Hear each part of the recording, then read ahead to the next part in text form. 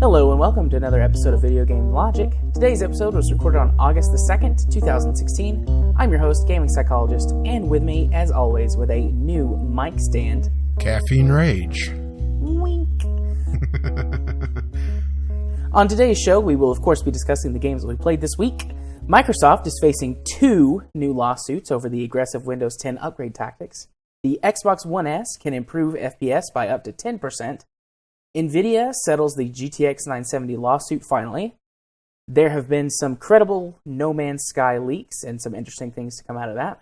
We'll have our weekly community corner and our Steam weekly deals discussion.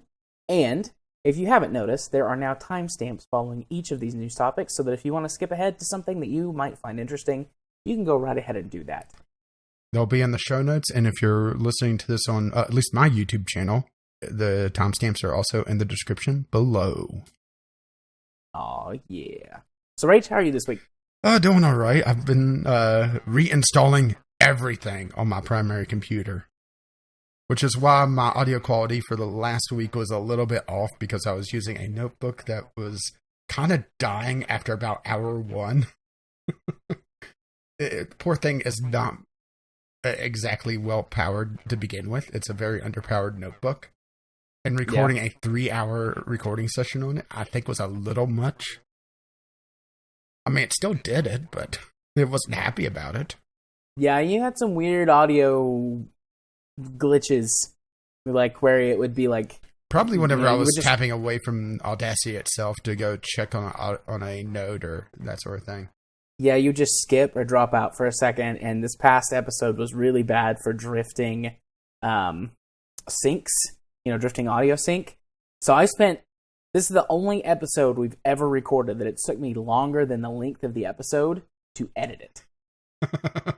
Well, sorry to make you no longer be lazy for once. I seriously considered using the Skype recording because I knew that it would be synced properly. But I listened to it and I was like, if something catastrophic goes, this is better than nothing. But I'm not going to, even though I'm lazy, I take pride in my work, and I'm not going to sacrifice our outstanding audio quality just so that I don't have to spend some extra time syncing the audio. Outstanding audio quality? What are you replacing me? Well, get someone who looks better, maybe has boobs. Hey, I'm fat. I have boobs. Okay, well, someone who looks better at least. Okay, I'll give you that much. Well, I'm having a pretty swell week overall so far. I actually set up my mom's WoW PC. I've been intending to do that like 3 or 4 times over the last week, and like something keeps coming up, and either one of us will be like, okay, I can't do it, or you shouldn't come over. So I finally got it set up today, though, and she was incredibly impressed. She was like doing a little happy dance. I wish that I had like filmed it, although she probably would have killed me if I'd put that on the internet. Yeah, but think of the monetization. I mean, get that to go viral. That would be wonderful. Mom gets excited over new WoW experience. It does look pretty good. She's got, how big is that TV? 35, 37 inches, something like that. It's LED TV at 1080 60, and she's like, why does everything look so smooth? And I was like, Mom, you've never played WoW at 60 frames a second before. But now you are. Don't you realize that the human eye can't see 60 FPS? And she was like, what does that even mean? And I tried to explain it to her, and my mom's a smart lady. I think that she understands it, but it's just like, she's like, this is a whole new world of things. So I was like, it's just better. I said, you see the number in the corner? When it starts dropping below 60, then that means that, the graphics are pretty intense in this spot. I said, if it ever goes below 30, let me know, because then we've got a problem and I'm going to have to come adjust some things. But, I mean, it maxed out. If the magic smoke ever comes out. If the magic smoke ever comes out, hit it with a fire extinguisher. I don't want you to burn your house down because you don't understand what's going on. But, no, she was excited, and it does look good. So, WoW is not a ugly game. They do keep reinventing the art style of that game. We'll give them that much. Even though I don't think I'll ever go back to it just because they've changed it far too much from what I played. Yeah. WoW is a very pretty game. It has a little bit to be desired in the area of like, at least compared to more modern games. I would say their animations are probably the worst thing that they have. Yeah, I was gonna say they've got some janky animations, but I mean, even the character models look a lot better now than they used to. Well, didn't they in this expansion redo a lot of the character models or the player character models, I should say? Which expansion? Legion? Yeah, Legion, the one that's coming out. I don't know. Mom's got the Legion beta, but it's been so long since I've played WoW that I couldn't notice a big difference. Well, for some races, it's not that huge a difference, particularly the later ones, like the Draenei or the Blood Elves. Not a huge difference, but supposedly humans and orcs are the big game changers. I'd have to go look at some comparisons, but I mean, it looked nice. Mom plays Worgen, so that's all of her characters are Worgen. She has no non-Worgen characters. You know, I could make a comment right now. You go ahead. She doesn't listen. Well, does she understand the concept of furries? I'm not sure. I'll have to ask her. I just caused a very awkward situation between you and your mother. Nah, it's fine. It's fine. Mom and I have some interesting, weird conversations. She's who I get it from. Oh, God. My dad doesn't ever talk about anything. He just like sits there with a weird look on his face. So I get all of that. All of this comes from my mom. Well, now we know who to blame. So, yeah. Sometimes Katie gets a little weirded out. Like, okay, you guys need to stop having this conversation right now. Or this like fake whatever argument or whatever. You just need to stop. And we're like, why? It's fun. Poor Katie. Oh. Well, I think it is time to launch into games this week. I do believe so. And as always, that means it's your turn to go first. Because you always go first. Yeah, I have a little bit of a micro rant for my first game, Dirt 3. Oh boy. Yeah, it seems like they want to stick the Gymkhana events into every single fucking thing in that game. For those who don't know, Gymkhana is basically you drive like a fucking idiot for about 2 minutes in a closed arena. Let's just call it a parking lot for because that's actually one of the arenas that you're in. You know, you're drifting around poles, crashing into foam blocks, that sort of thing. And I realized that every single league that I've been in and every single thing I've unlocked has at least one Gymkhana event. And I absolutely hate the fucking things. I got a racing game to go incredibly fast from one point to another. I don't want to act like a fucking idiot in a parking lot. Oh. It's basically a replacement for the drift events from Dirt 2. Yeah, they're kind of freestyle drifts. I've seen a couple of these on car shows that I watch. I didn't realize they were called Gymkhanas. Or at least that's what they're being called in Dirt. Who knows if that's the real name or if it's a regional name and they appropriated it or what. I have no idea. But it's just kind of frustrating to, okay, I unlocked the rally league. I could go do the really tough and long rally events. Oh, there's a Gymkhana event in this. What the fuck is that doing here? And then they give the bullshit reason that, well, your sponsors want you to do a Gymkhana event to please the fans.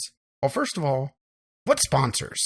I mean, if you're looking at this purely from a story aspect, and yes, I realize that talking about story in a racing game is probably a road to, just defeating myself.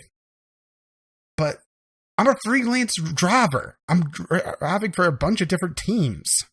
What fucking sponsors am I trying to please here? Right? All of them. Please all the sponsors. And they keep also talking about that race was incredible. Uploaded to YouTube. Well, I'm sure the race organizers would really be happy with with a random driver uploading their event to YouTube, huh? And actually, it was only like kind of average. wow, that was awesome. Put it on YouTube, and it gets buried under millions. I actually searched Gymkhana on YouTube, and there are a cajillion videos. Yeah. So I guess a lot of people are taking that suggestion to upload it to YouTube. From Dirt 3? Yeah. Yeah, I honestly, I never really understood the drift events, but at least it was somewhat racing. The Gymkhanas are literally a closed arena. They're not even on a track.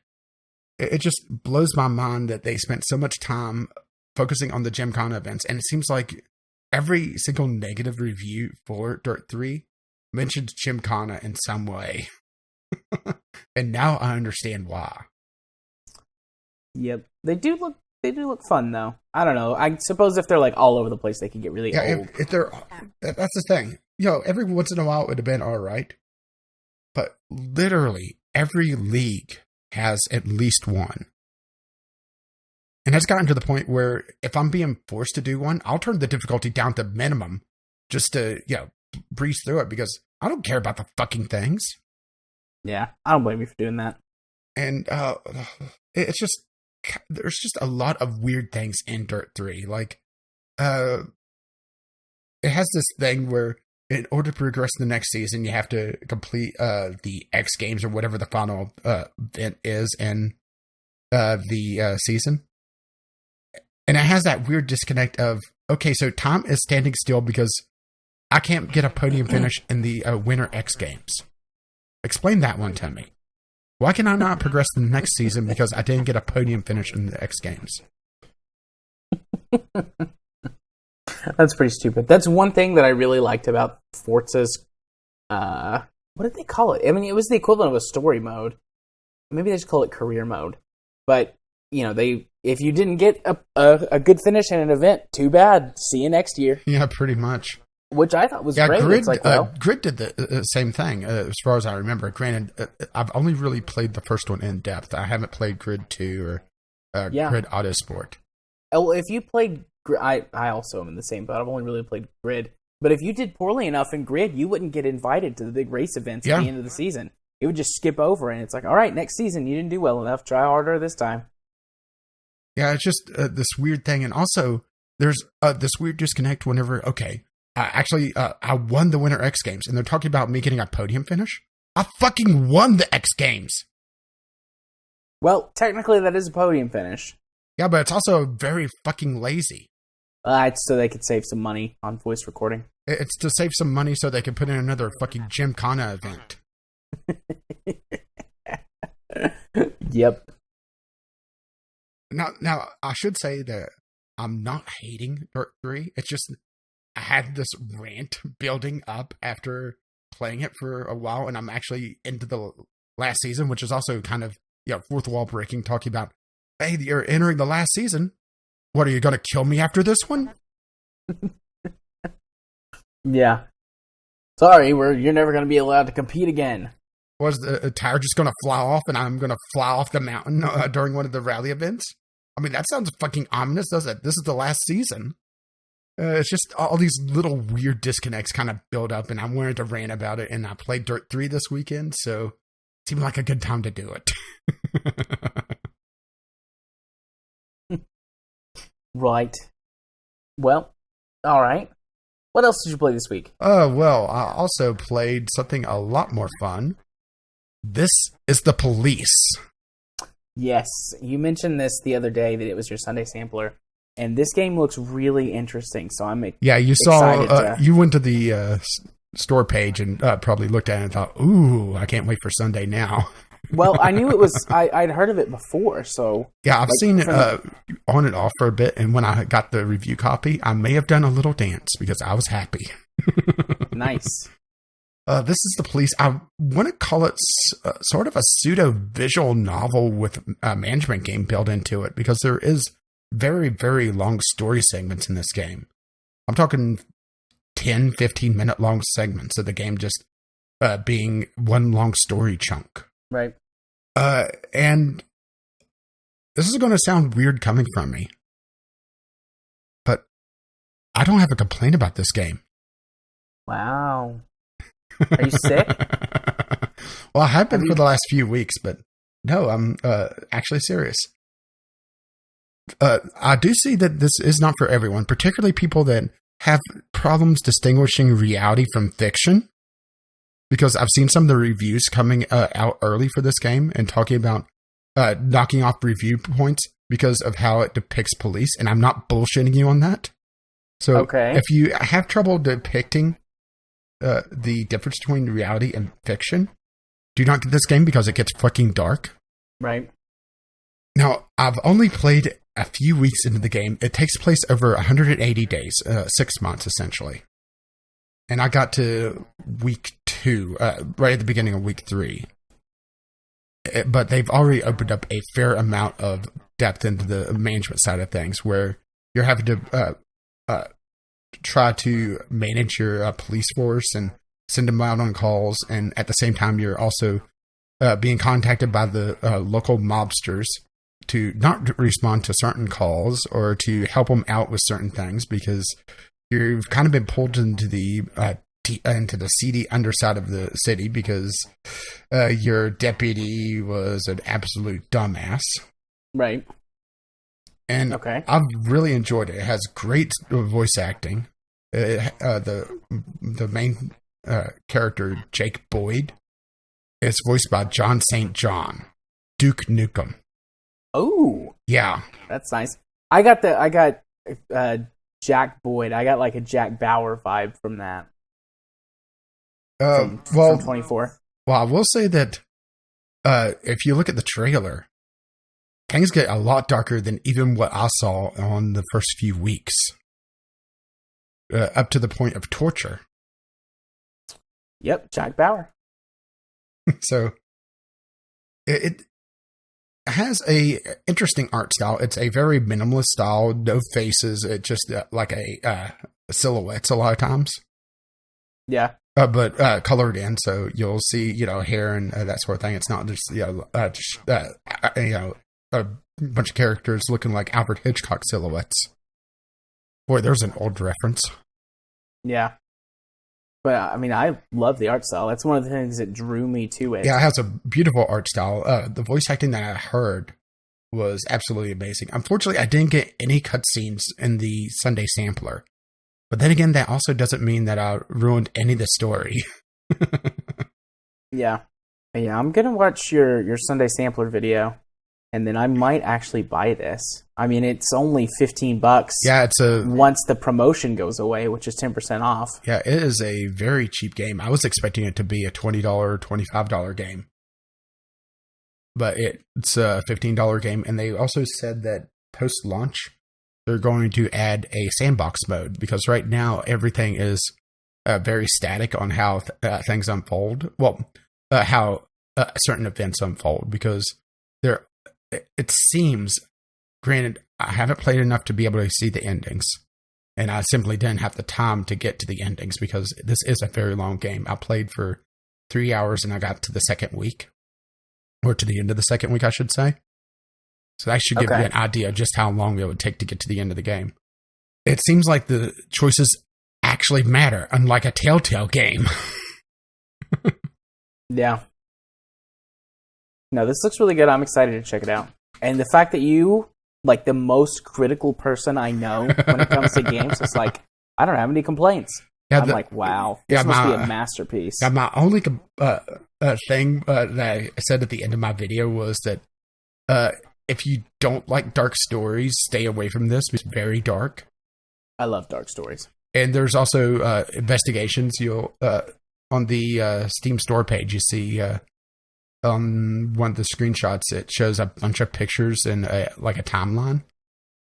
You kind of have to piece together the events of an investigation using clues from witnesses and a little bit of luck. I will say that that's probably the weakest part, is just how much of you have to toy around with it, the investigations, because sometimes you may get things slightly backwards and it won't accept it. You have to get them perfect, but there's no penalty. You can just start swapping the photos. So yeah, that's very minor. And I'm not sure how much information you get on your cops, because you are sending them out to do some things that are not exactly above board. per se, and you do eventually learn their what they call the politics of the policeman, which will likely translate into, you know, if they're a dirty cop, if they're willing to turn away, or will they report you if you push them a little too far on, you know, what you're sending them out to do. But unfortunately, I didn't get to that point yet to start learning about the cops, or if I did, I hadn't started to really exploit it, because there are a lot of systems, and it's also a game where you're trying to build up to a certain bankroll, almost like Recettear. You know, how you're trying to build up to a certain point of money. That's the end goal of this, is to build up to $500 million. Why $500 million? Because he wanted to be different. He literally says that. Fair enough. Fair enough.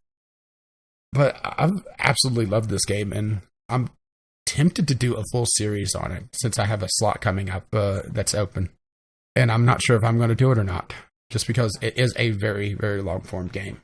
But if you like your dark stories, a little bit of management thrown in, I will say that the management isn't particularly deep, or at least it wasn't yet. And some really good voice acting. Check out This Is the Police.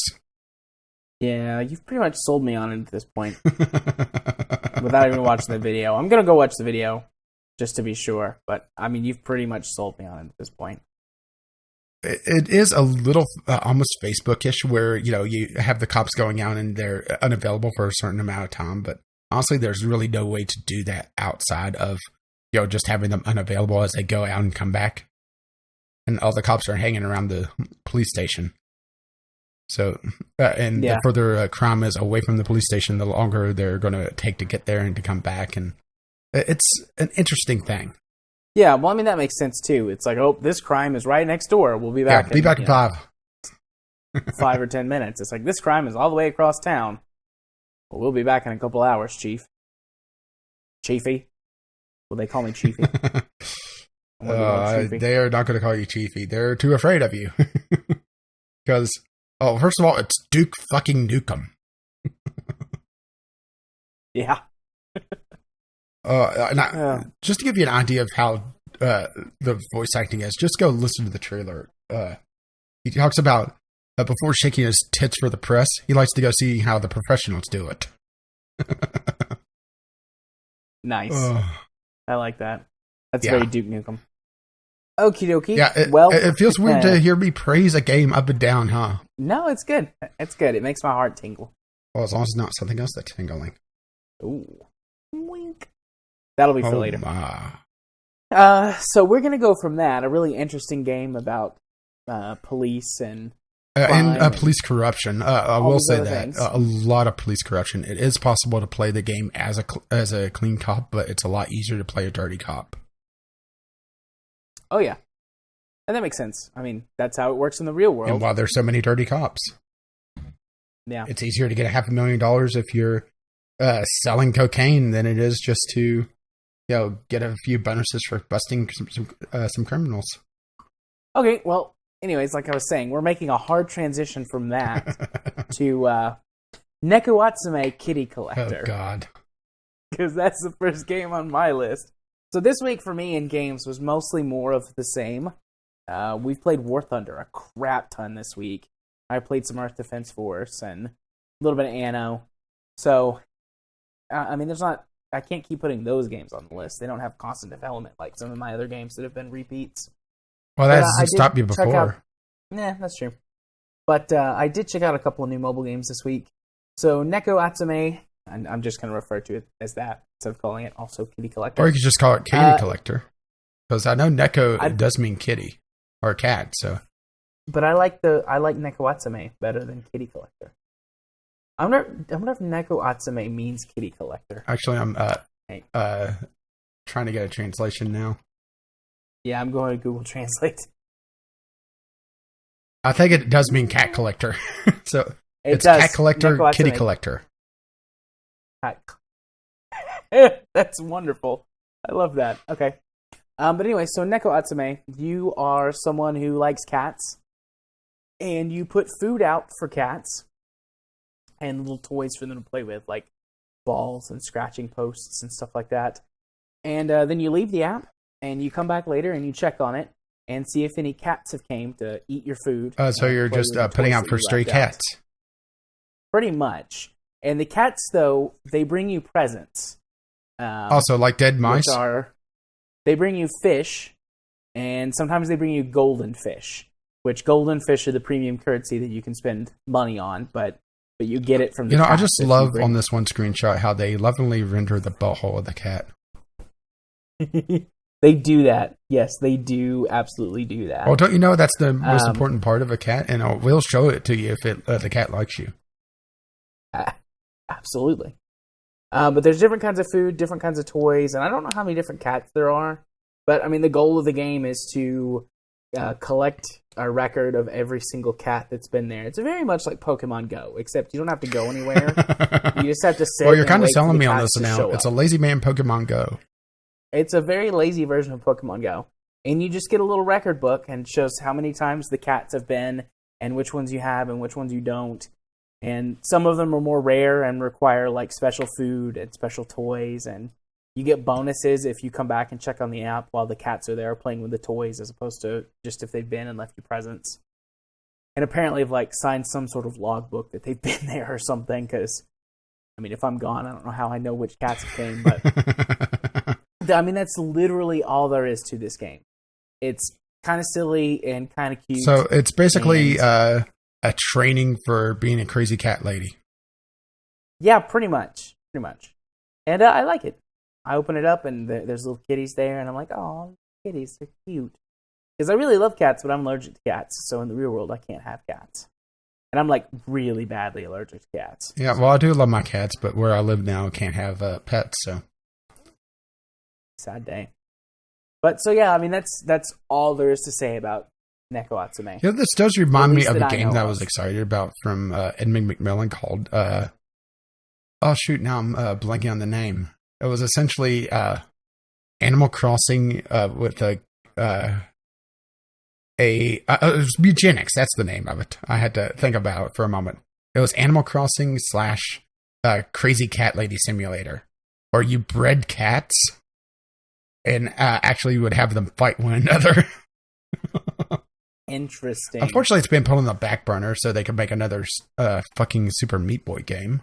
And no, I'm not joking about that. Not very interesting to me. So yeah, I don't know if there's like anything special you can do, like you collect enough cats or whatever, but yeah, this sums it up perfectly. This is the description of the game.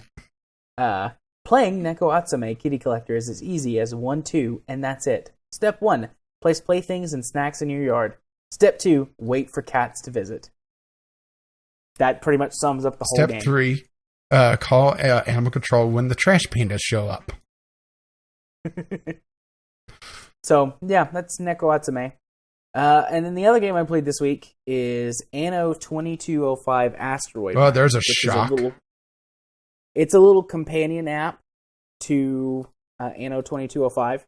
And it's mining asteroids in the solar system, and I have no idea how that relates to the game, because as far as I know, the farthest we've got is the moon, but maybe there's something that comes later in the game that I'm not aware of. Well, NASA finally got their ass and started putting asteroids around the moon.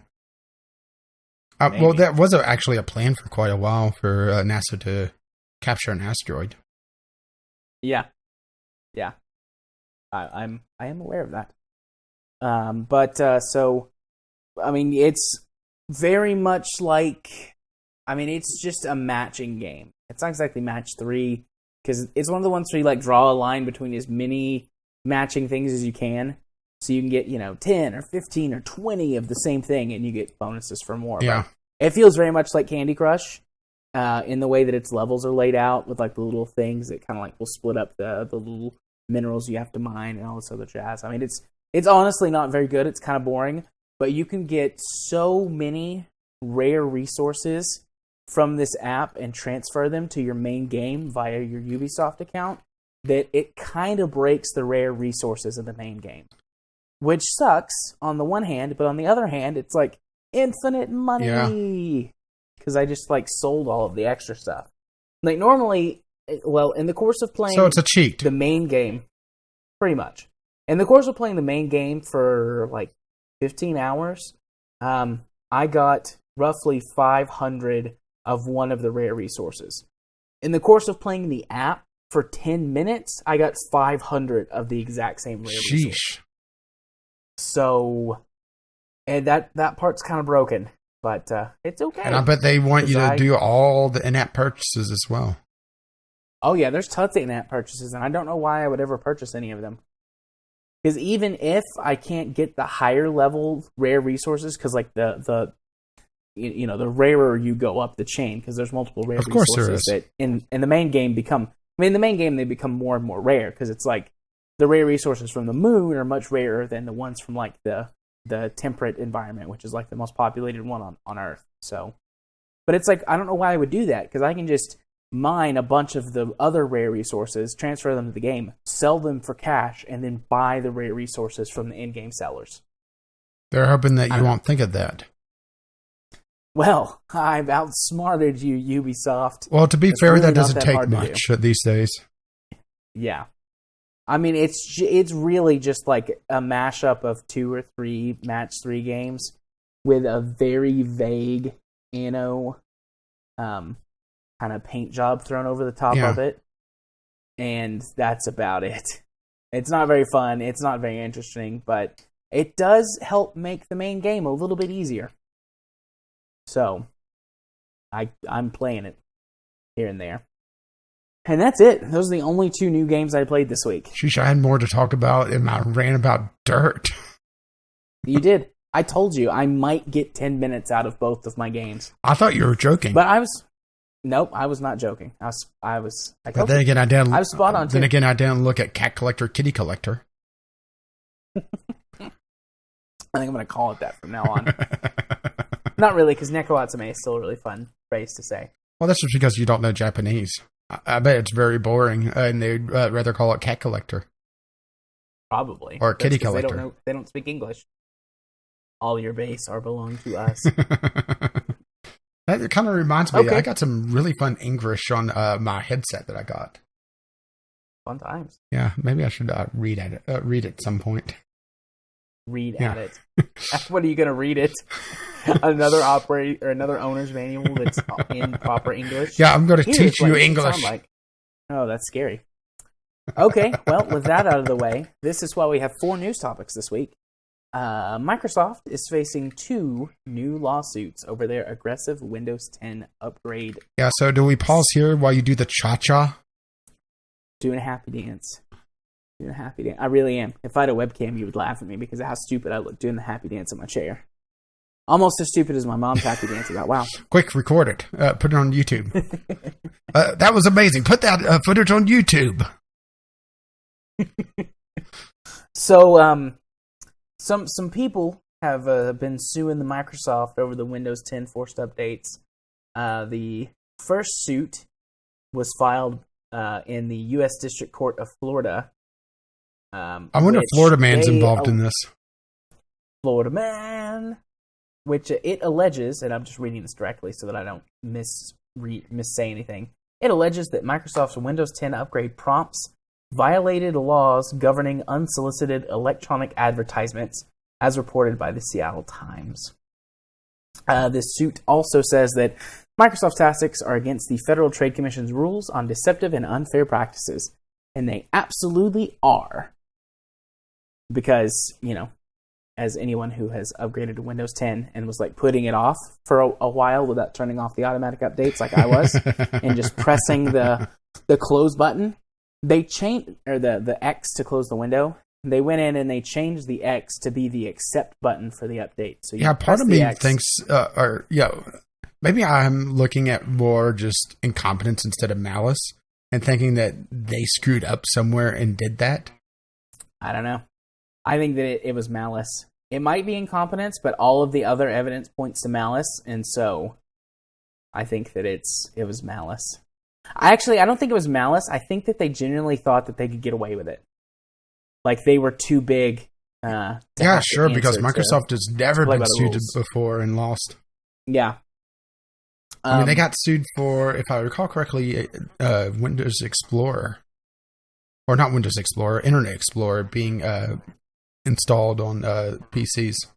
I did not realize that. Yeah, if I recall correctly, that was the reason. I actually should have double-checked that. Well, I mean, Internet Explorer is really just the gateway to Chrome or Firefox. Well, this was way back before Chrome was even a thing. Or Opera. Because I used to use Opera before Firefox. Yeah, let's see. United States versus Microsoft Corp. This was initiated May 18th, 1998. So maybe that's why you don't know about this. Yeah, I was a kid. I was like 8 when that happened. Depending on exactly when it was, I was 7 or 8. Settlement. On November 2nd, 2001, the Department of Justice reached an agreement with Microsoft to settle the case. The purported settlement required Microsoft to share its application programming interface with third-party companies and appoint a parallel of 3 people who will have access to Microsoft systems, records, and source code for 5 years in order to ensure competence. So, this isn't the first rodeo for Microsoft. Yeah. Oh, and it was about the merging of Microsoft Windows and Internet Explorer. So, okay. Before Kyle writes in, he's going to write in anyway to correct me on that. And then the second suit was filed in, I'm not sure how to pronounce this. I apologize if we have anyone in Israel who's listening, but Haifa? Gesundheit. Thanks. Israel, alleging that Microsoft had installed Windows 10 on users' computers without their consent. Nah, that's and bullshit. Microsoft already paid out $10,000 previously this year in a similar suit. I know it was to a lady. I could just click on the link and follow it. I'm sure that was going to go to the article. So I remember this from a couple of months ago. Microsoft installing Windows 10 without people's consent? Bullshit. I mean, who would have that happen to them? So the gist of the other one was... I'm just waiting for you to take the bait, by the way. Yeah, whatever. Microsoft 10, you suck dick. Ruining my night. That happened. Oh, I found that hilarious. At least it was only 15 minutes of podcast. Yeah. So the gist of this one is that the lady a travel agent in California, her business PC upgraded from Windows 7 to Windows 10 without her approving it, and it cost her money. So she sued them, and they paid out the $10,000 that she said that she lost in business before she got it fixed. So I have just got beef with Windows and Microsoft on this deal, and I'm just happy to see them be sued more. I'm sure that we have a few listeners that will love you to go to Linux. I'm sure that they would love it, but I want to see them continue to get sued. I mean, I know that they're not going to go away unless they've actually done something way worse than just being dicks about it.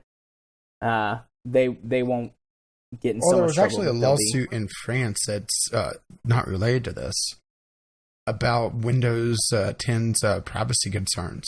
I didn't grab a link to that, though. I should have. That was a couple of weeks ago. Or it was either last week or a week before that I saw it.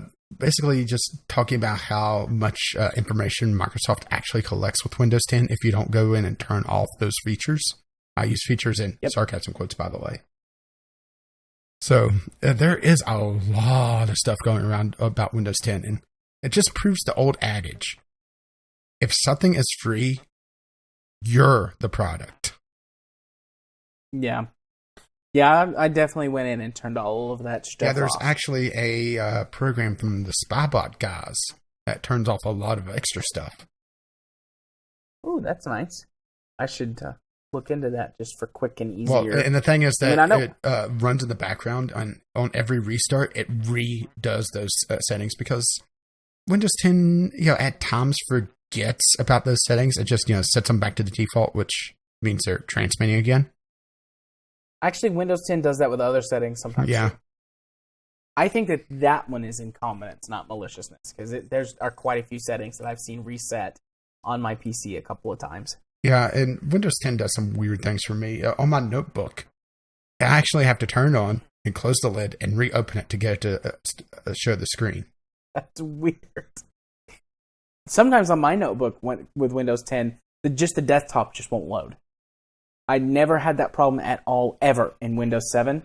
But once I went to Windows 10, probably every 10 times, the desktop won't load.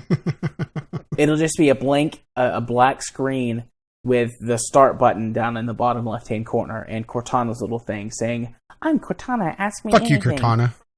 And it's like, well, and nothing works. So I have to force shut it down and then turn it Well, I back turned off Cortana. I've left Cortana on. I could turn her off, but I've left her on. Just because I'm like, one day you might actually be good. Well, see, here's the thing: is that I have a microphone constantly on because the Snowball doesn't have a mute.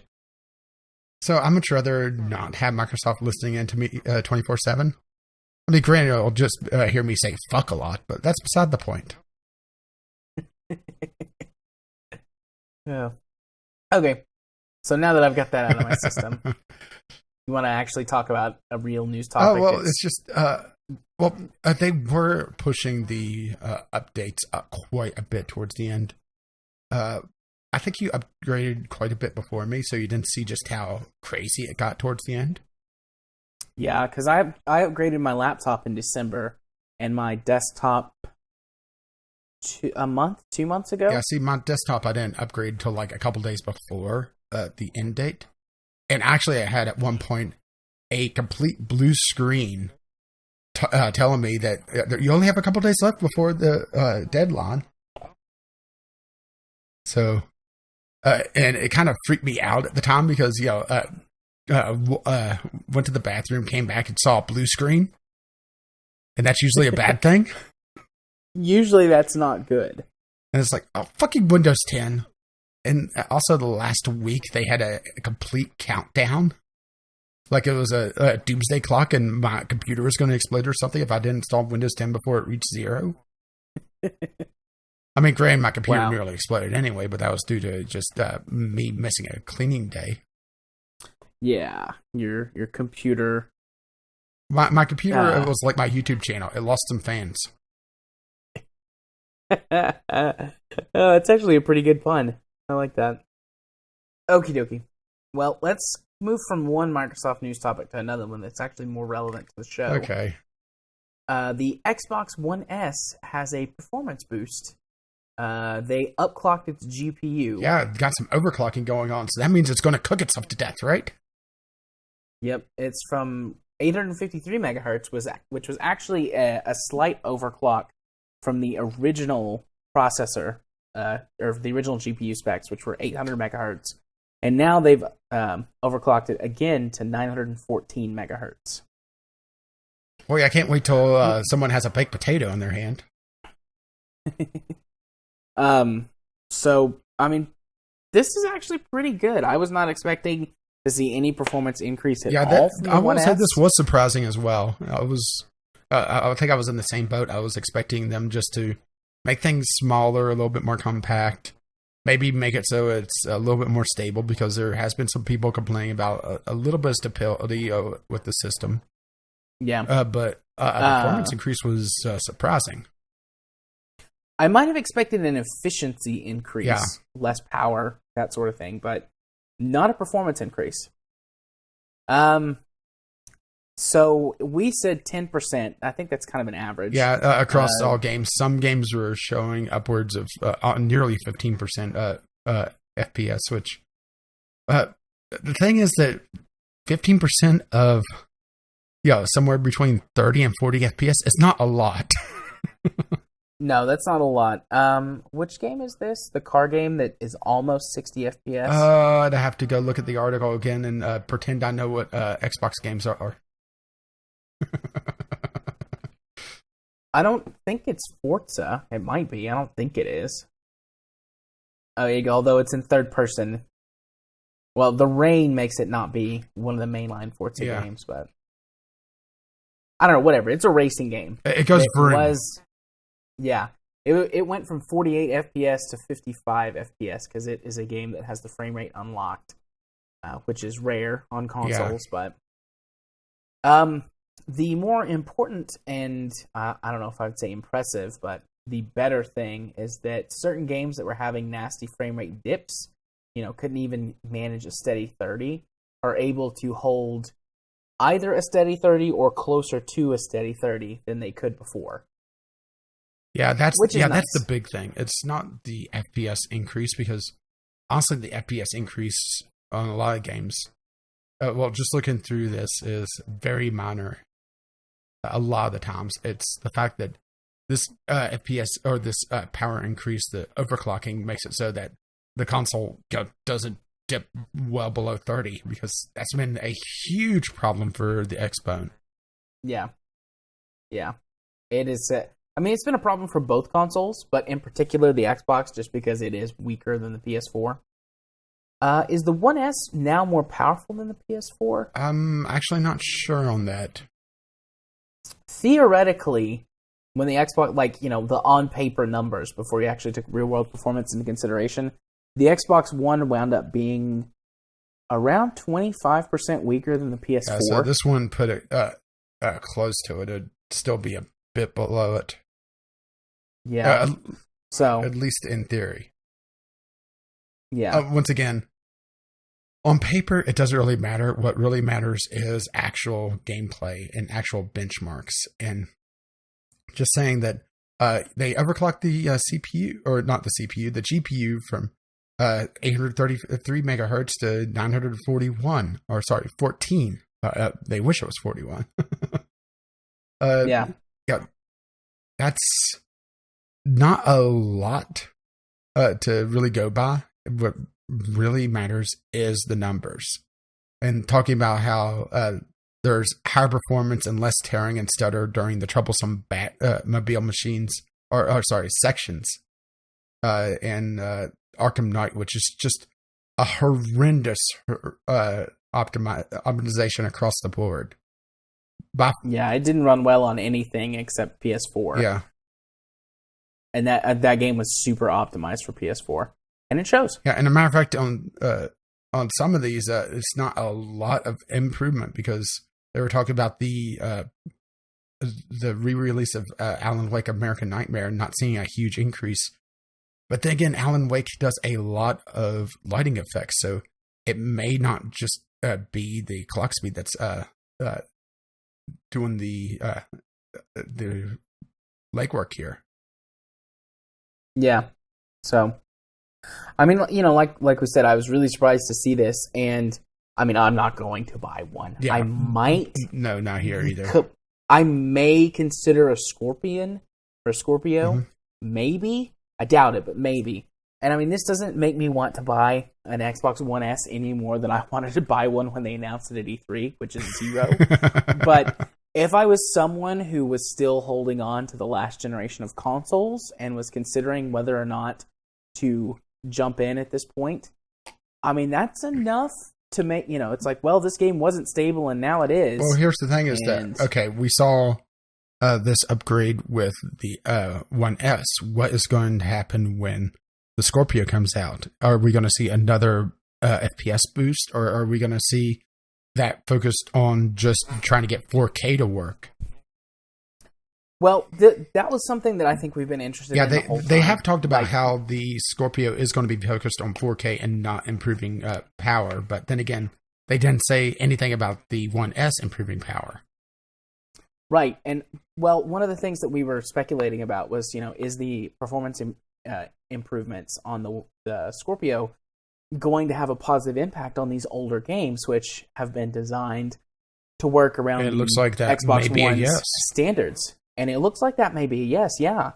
Tiny performance, or a tiny overclock yields some tiny performance boosts, but also the Scorpio is a lot more stability in their FPS. That's the thing. Yeah, the Scorpio, at least when you compare the specs that they've released to the specs that they released, in the way that they talk about it in a marketing standpoint, is roughly 5 times as powerful as the Xbox One. So if that's the case, we could actually see these games, some of them being able to hit 60 plus FPS, assuming that they're the ones that actually have ones that are not locked frame rate to begin with.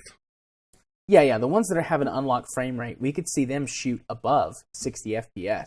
The ones that do have locked frame rates, we could see them actually become stable and playable.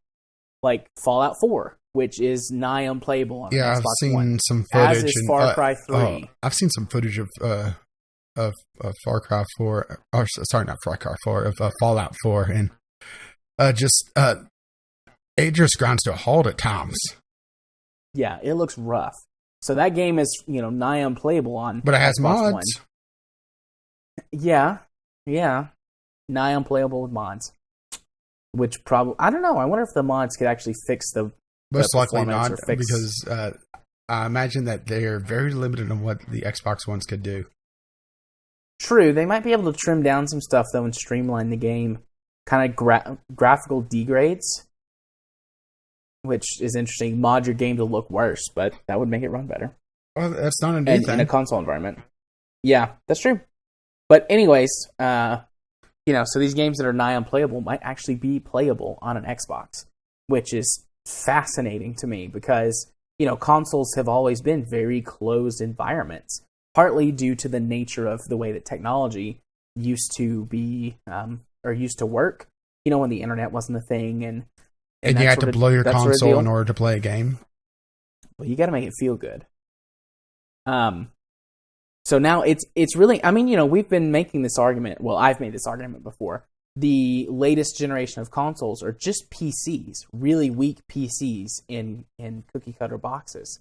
And I think that actually is more true than I realized, because I've kind of said that anecdotally, but you improve the performance of the box and hey, the games run better.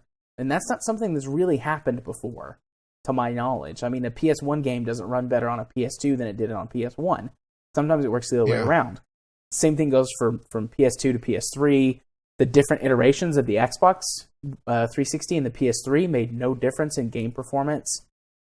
But, those were even more closed off proprietary environments. These are running just modified standard PC hardware. So, I think that's actually more true now than ever. These are just PCs and special. And while the Steam box boxes. Was trying to blur the line even further because it's coming from the other direction. Yeah. I'm really happy to see game performance improving as the console becomes more powerful, because I think that means that, or that lends some extra kind of positive credence to this sort of, I don't have a way to really say it that doesn't sound kind of bad, but this kind of app store mobile mentality that is starting to creep into the console market. Having a more powerful device will allow you to run games better. And, that's a no-brainer in the PC world, but in the console market, that is brand new. And I'm glad that actually is a thing, instead of them running exactly the same on improved hardware. It makes me just wonder how groundbreaking the Scorpio is going to be to just the mentality of the console market. Hopefully very. Because it's going to be the first one that's going to hit, that's going to be this weird half step of a console generation that we really haven't seen before.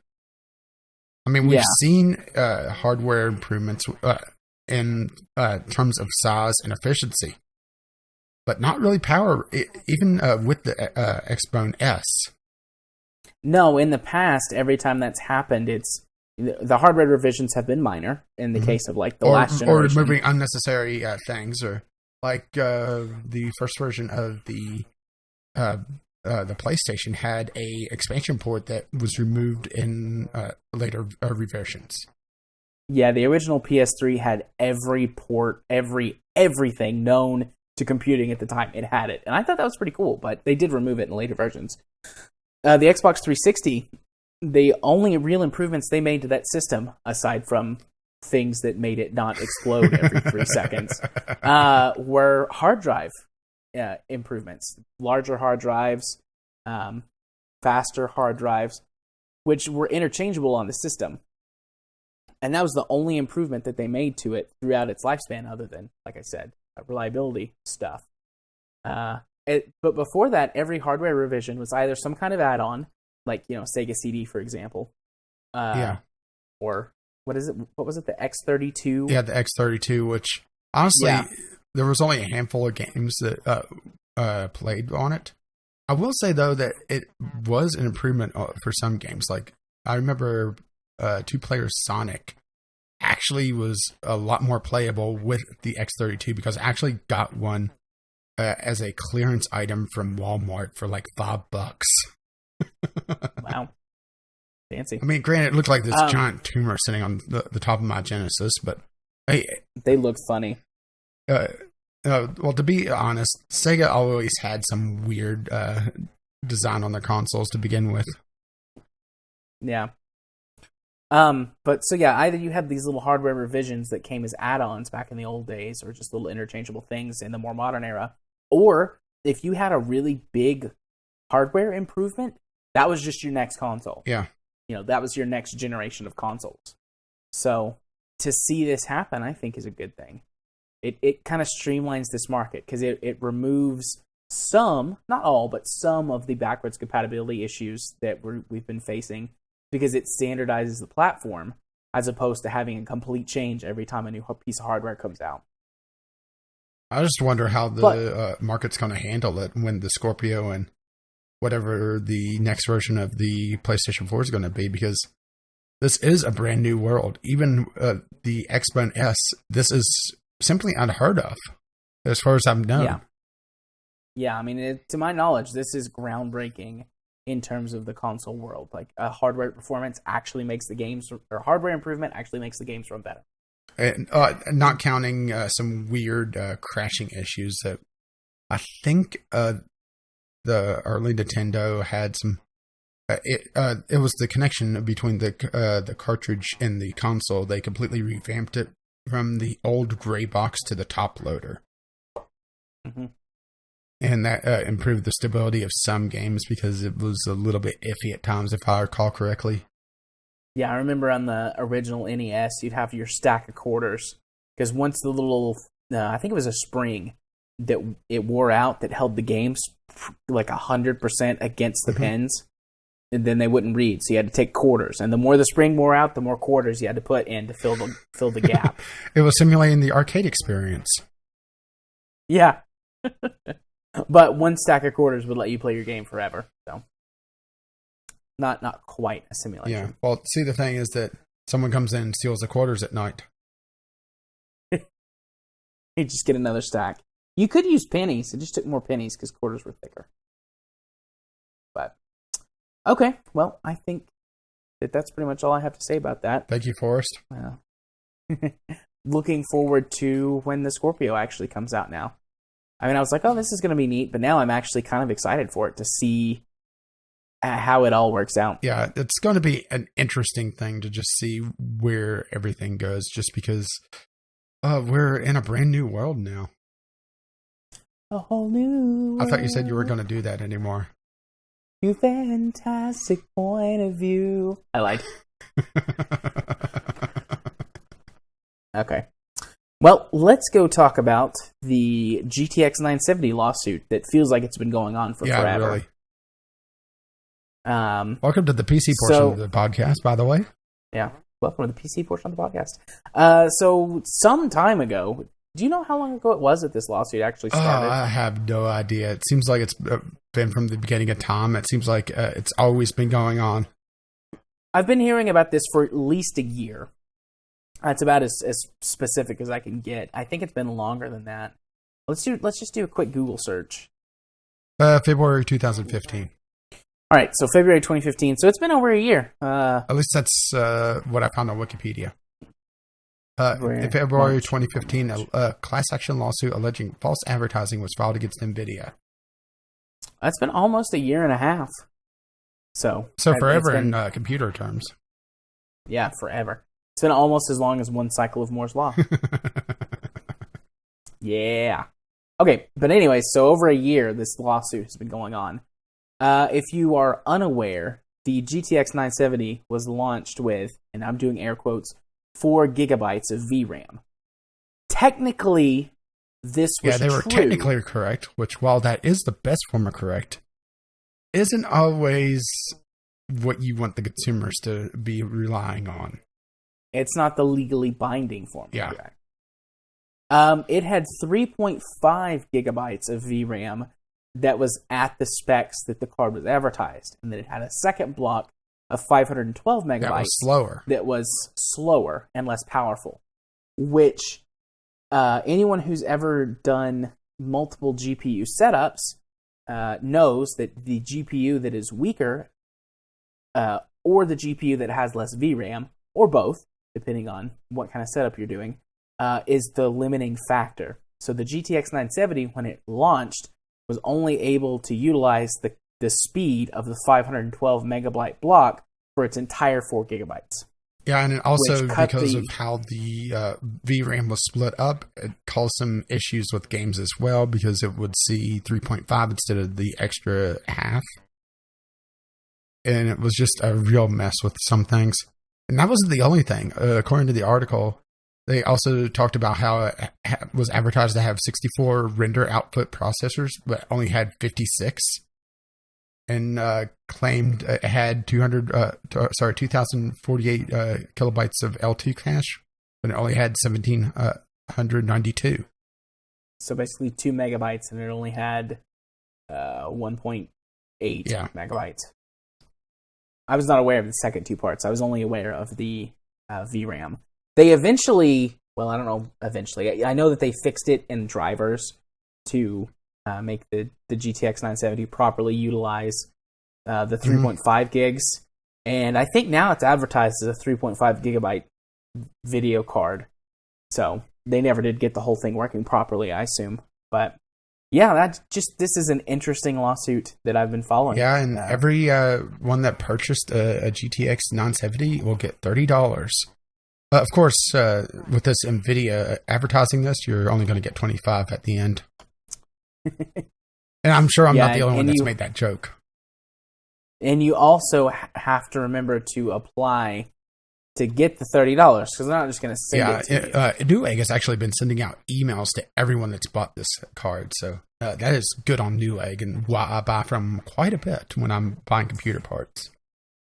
Yeah, they're my number one. And they also usually have really good deals. Yeah, they're my number one part, like on PCPartPicker.com. Newegg is my top rated, followed by Amazon Prime. Yeah, and Newegg, we are looking for sponsors.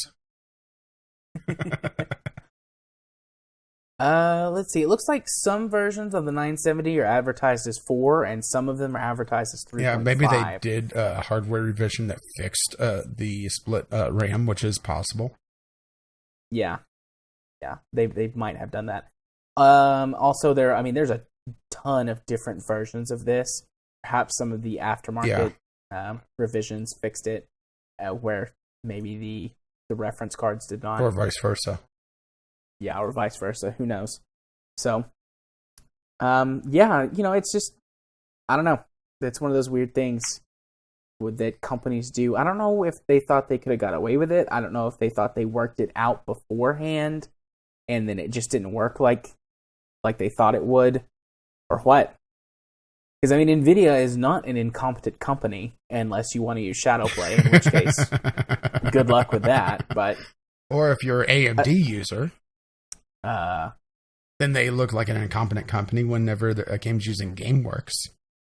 Oh, yeah. But, I don't know. Do you have any thoughts or... Well, I did have a good belly laugh whenever I saw this, which unfortunately I didn't record. We need to make sure to tell Spaceman that he should, because he's got a 970, he should get his $30. I almost bought a 970. I was seriously considering buying a 970, and then they announced the RX 480. And I was like, well, screw that. That's what I'm getting. Unless it turns out to suck when it gets, benchmarks and all that. Yeah, and we know how that turned out. Yeah, it turned out great. Yeah, which I may be buying my 480 next week. I'm going to have to look to see if there's any available, actually. Because, oh, man, they went quick. Yeah, they've been sold out for a long time. And, the new stock comes in and it goes out immediately. Which shows well on AMD. Yeah, because they had... I wouldn't say that they had, like, a huge stock, but they had more than the GTX. Well, the 1070 the RX 1080s. 470 is releasing next week. That might take some of the pressure off. Yeah. Because, I mean, the 470 is not as strong of a card, but it's still a pretty decent card. Yeah, but I want that 480.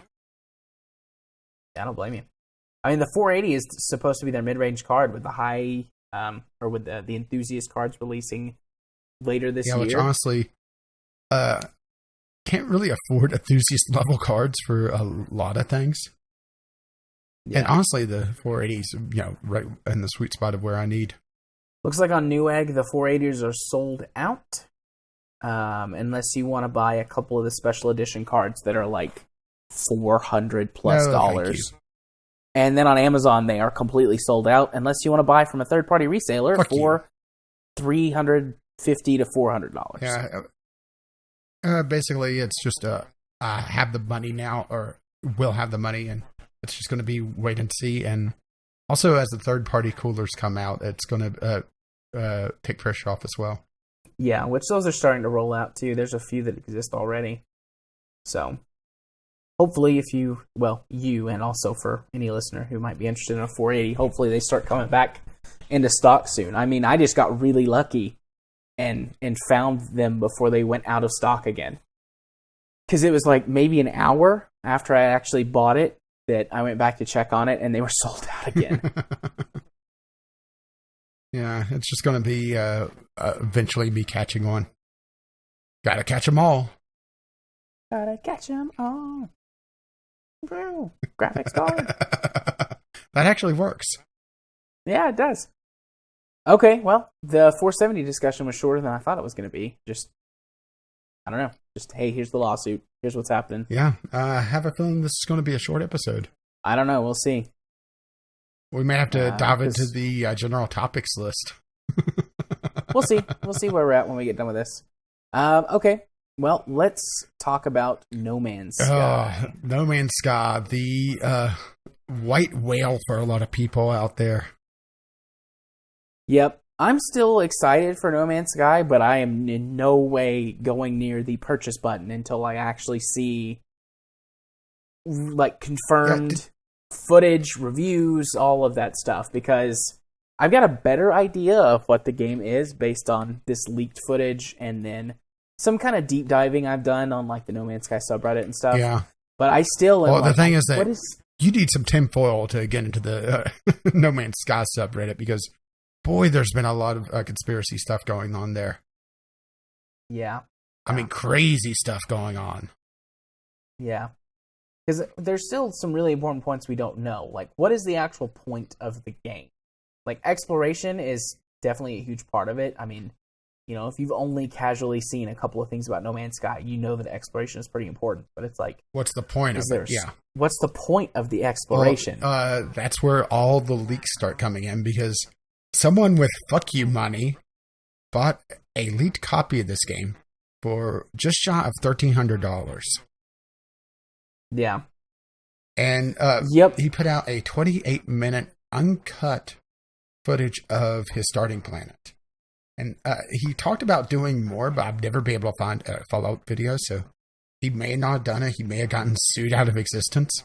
Sony has actually been going absolutely batshit on this, and has been smiting down these leak videos with copyright strikes like crazy. I don't really know what they could do to him legally, and this is something for Kyle. But, I mean, he hasn't signed an NDA. Yeah. He's not affiliated with any company. He's just a guy who bought a copy of the game that someone who might, be in legal trouble there, depending on how they acquired the copy. But, like, I mean, he legally purchased it, has records of all that, everything. Like, what can they do to him except take his videos down off of YouTube? Yeah, and honestly, how does Sony have the right to do copyright strikes? As a matter of fact, they got so nuts that one of the talking head channels out catch for some news, and I will admit some video game news because that's what he does, actually got 2 copyright strikes. Not for the footage, but for talking about the footage. Man. I mean, they have been going absolutely batshit insane trying to contain this leak. And the thing is that once something is on the internet, it stays on the internet. It's a hydra. You try to cut off one head, 2 more pop up. I mean, just look at how the history with Pirates Bay has been. Yeah. So, do you want to go through some of the things and see if we can actually speculate some more on what this game is going to be? Here's the thing: is that assuming that the link is still good come Thursday, there will be a link to the 28 minutes of footage in the show notes, and that is honestly the best place to start with this. And it looks like it's one of those games that has shiny. Go over to it. And then you see, there's something else over there. And you go over to that. And next thing you know, it's a few hours later. And you've basically been going from one shiny object to another and not really accomplishing all that much. Yeah. Well, the opening 28 minutes has got my name written all over it. It's like, ooh, what's this rock? Let's suck all of the resources out of that rock. Ooh, what's this rock? Let's suck them all from this one. I could do that for a long time. I'm not going to lie. If I actually purchase this game, I'm definitely going to be following the mining track. No, really? The mining and trading track. So I find that hard to believe. You mining? No. Yeah, I know. It seems crazy, but you know what? Thought I'd give it a shot. Although I will be playing the superior version on PC and not having to deal with the Destiny-style controls and the 60-ish degree field of view. Yeah, that field of view is just atrocious. And the control method where he's actually controlling a cursor for a lot of the control screens just seems so... Actually, it's not that bad, because it's an exact... I mean, that's an exact copy of the control scheme from Destiny. Well, the thing is, I never played Destiny. Yeah, I played Destiny for like 200 hours a couple of years ago, so... You poor thing. I actually really enjoyed it. You poor thing. I did. I really enjoyed it. Stockholm Syndrome. I really enjoyed it. Dang it. It's fun. But, I mean, I haven't touched it since. Like, when I stopped playing it, I stopped playing. Anyways, I actually, playing Destiny, I mostly just pretended I was playing Halo. I'm not going to lie. It's like, this is Halo, except with superpowers. But that's a discussion for another time, probably. You know, playing one game and pretending it's another, it's like having sex with your girlfriend and pretending it's someone else. It's not a good sign. What's your point? I've done that before. But anyway, so I mean, it looks like allow me to say, poor gist, Katie. The general gist of the start of the game is your ship's broken, collect resources, fix it. I'm assuming it's treating this as a tutorial. Yeah. Like, hey, your ship's broken. You need to fix it. Go find this resource and that resource. And here's how you craft. And here's how you modify your ship. And there's other leaks going around, mostly on Reddit, which means I can't really link to them directly because I prefer to link to news sources. I mean, I could link to them directly, and maybe I will dig them up. I don't know. And he's talking about some odd design choices where there's objects on that sell for an incredible amount of money, and they're pretty common to the point that you could actually get to the center of the universe, your goal. You know, it's very Spore-like in this, in more than one way, I might add. Get to the center of the universe in 20 to 30 hours, which for an exploration game seems very short.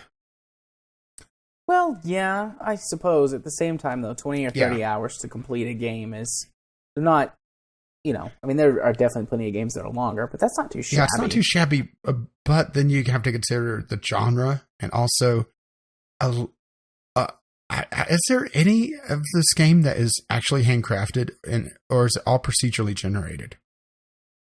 As far as I know, the entire universe system is procedurally generated. Planets, creatures, well, I guess flora and fauna, that sort of thing. Like, that's all procedural. I believe that the equipment and the ships have been handcrafted, but they all show up in random places. Yeah, their placement is part of the procedural generation algorithm.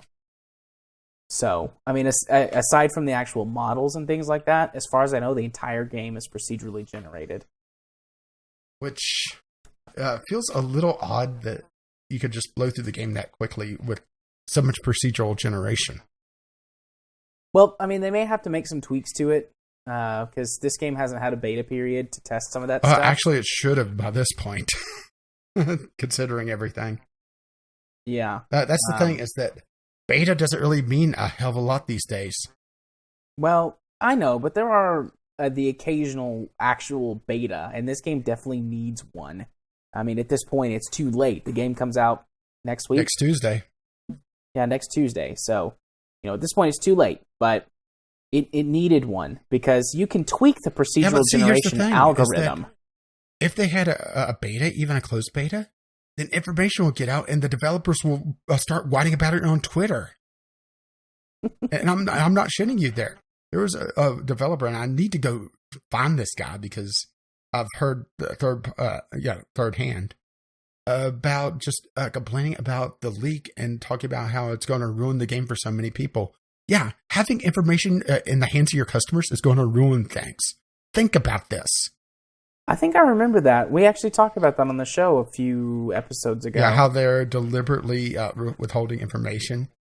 And also mixed into this is that they're not sending out review copies until towards the end of this week, basically when the podcast is launching. Let's put it in that perspective. And the podcast records on the same day that No Man's Sky releases. Yeah. Any game that's 30 hours long would be difficult to review in the span of 4 days. Yeah, and this is a 30-hour game using what the leaker's calling almost a cheat with the way the resource is.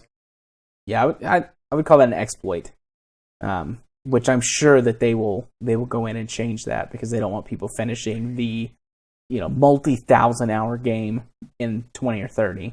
So, trying to play this game in 4 days and get a review out in time for the launch, not going to happen, is going to be very, very difficult. You're going to need to have a team of people working practically around the clock to dig through as much of this game as they can. And even then, given the size and scope and the intention of this game, that might be just an in-depth first impression. Yeah. So, I mean, I'm looking forward to seeing the reviews for the game from the reviewers that I trust the most. TB, Jim Sterling. Well, TB's already said that Laura he doesn't Kay. have a review copy. Oh, I did not know that. Yeah. I didn't see that. He said that he does not have a review copy at all, so don't expect TB to have a WTF for quite a while. Assuming that he even does it, because he doesn't really like to do these very long games. That's true. That is very true. The last closest thing to this was Elite Dangerous, which released a couple of years ago. And he flat out said, I will not do one of this game because it would take too much time. So we might get... What's that new thing he's doing that's an hour of a game? The after-hour lounge thing? Yeah. Which he's only done a few of, actually. Yeah. He might do one of those. That's the thing with TB is that he tends to drop series like crazy. Yeah. I'm sure he'll play it and talk about it on the co-optional podcast. But I mean, I'm like I said, I'm not even going to consider buying it. Right. Yeah, and the fact that they're pushing for pre-order so much, it leaves a bad taste in my mouth. Just seeing them push for pre-orders and then withhold pretty much all gameplay information. Because until we had this 20-minute leak of gameplay, all gameplay that we've seen has been heavily, heavily curated. For obvious reasons. I mean, if it has this shiny syndrome, and the fact that you're so limited on your inventory space and you have to beam stuff back to your ship and some weird things. Also, the from the 28-minute video, it seems like the counters for your life support and everything run extremely quickly. If I recall correctly, he had to recharge his life support twice in 28 minutes. Yeah, given the nature of this game, I'm sure at some point, most likely that a lot. Yeah, at the beginning. The very beginning, that just turns into an annoyance. And it could just be the starting planet that he's on as well. And it could be a rough planet. Yeah, and there's also other leaks that says that all planets have some form of life, which it flies in the face of what they were saying before, where they were saying that a lot of planets will be lifeless rocks, and you're just there to get resources to move on. Yeah. That would be the plane I'd want to hang out at, where there's nobody there. just hanging out. Here's where I'm going to make my base. But yeah, I mean, I will be buying this game at some point. I mean, it is a game that speaks to what I like to do in games. But the question is, like, is this going to be a game that the reviews lead me to buy it close to launch, or, you know, in 6 or 8 months when it's $20 or less? I mean, that's the thing. So yeah, just everything I've seen of this game, it looks like it's a premium indie title that really shouldn't be. What do you mean it just feels like there's a lot of busy work, but not a lot of fun to me. But it could just be me just being tired of the survival genre to begin with. See, I feel the exact opposite about this game. I love the survival genre. I am pretty Well, I should say out the on first-person survival genre. Yeah. Well, I'm pretty burned out on the generic Minecraft clone, the generic zombie survival game. Yeah. But there's not a whole lot of sci-fi survival games. RimWorld. Yeah, but that's brand new. Yeah. Well, actually, it's been out for a while, but new on Steam. Yeah. So, you know, I mean, there's a few out there. It's not like there's none, but there are very few. And so games like this really, really are like, oh my gosh, this, you know, survival game that I enjoy, but I'm burnt out on because I don't like the weird fantasy or medieval theme or whatever. Now it's in space. And so to me, I'm like, yeah. But this game has been kept so much under wraps. Yeah, it's been so secretive. It's been it feels like Spore for all the bad reasons for me. They've been hyping it up, but not showing the gameplay deliberately, it feels like. And it feels like what they're trying to sell and what's actually going to be sold is going to be two completely separate products. And people that buy into the game that didn't really pay attention to the hype will find a serviceable game. You know, it won't be terrible, but it won't be great. But those who are bought into the hype and are expecting this to be a absolute masterpiece may find themselves disappointed. They very well could. I don't think that this game is going to live up to the hype. No way it can. It suffers. I mean, it very well could be an excellent game. It genuinely looks like a really good game. You know, could be wrong once you start playing it. It could be a piece of hot garbage, but it looks like a good game. But it suffers from like Watchdog syndrome. Like, oh my gosh, look at this amazing game. Look at how great it is. This is truly the next generation of gaming. Well, I'm just calling it the Spore syndrome because of the similar themes. Yeah. Well, I think Spore was a similar game. I feel like Spore was a pretty good game. You know, not great, not amazing, not groundbreaking, but pretty good. But if you listen to what they were trying to sell. Spore. Yeah, they advertised Spore as like the next greatest game ever. And it wasn't. And I think that this game is going to suffer heavily from that issue. Because, I mean, you know, very few products actually can deliver on any sort of hype, let alone that much. Yeah, the amount of hype surrounding No Man's Sky has just been astronomical, if you pardon the term I phrase. Wonderful. To the point that when they actually delayed the game, the developers got death threats. I mean, that's just insane. I wouldn't mind if they delayed it again. I would actually be not surprised if they delayed it just because of some of the things that were revealed in the leak. Yeah. Because they were talking about how quickly you could get to the center of the universe, and that supposedly the center of the universe isn't as game-changing as they lead you to believe. And that the guy's been spending a lot of time with the game and hasn't found what they've been talking about with all the secrets. And it makes me feel like either this game is going to have a big A1 patch that's going to add in a lot of stuff, or could be lots of games do that, or the fact that they sold this game as one thing, and either through the development, the design changed, but they never changed the marketing, or just incompetence. You know, it just didn't work. and it's going to be a real letdown. Yeah. Fingers crossed. I'm not hoping for this game to be a flop. Don't get me wrong on that. No, I don't feel like you're saying you want the game to fail, but I see a lot of chances for failure, and I really want this game to be good because I'm excited for it. But I'm not, so gone so far over that I won't admit if it sucks. But you don't have the same amount of interest in it as I do, so I sound a little more enthusiastic, and you sound a little more. I'm the wet blanket once again. Yeah. Although that's pretty much what you are all the time. So unless it's this is the police. Yeah, that's your rare gem. Do you want to talk about any of the trophies / achievements or any of that? There was a couple interesting ones. Just they were trying to discern what you could actually do in the game with the trophy leak. Yeah, and they were talking about how trophies generally confirm a series of several rankings in certain activities that you can perform in the game. Here's a list of the activities that you can earn trophies. This is from the TechCrafter article that's going to be in the show notes. Upload discoveries, exploring space, occurring units, collecting words, alien colonist encounters, destroying ships, lifespan, and on-foot exploration.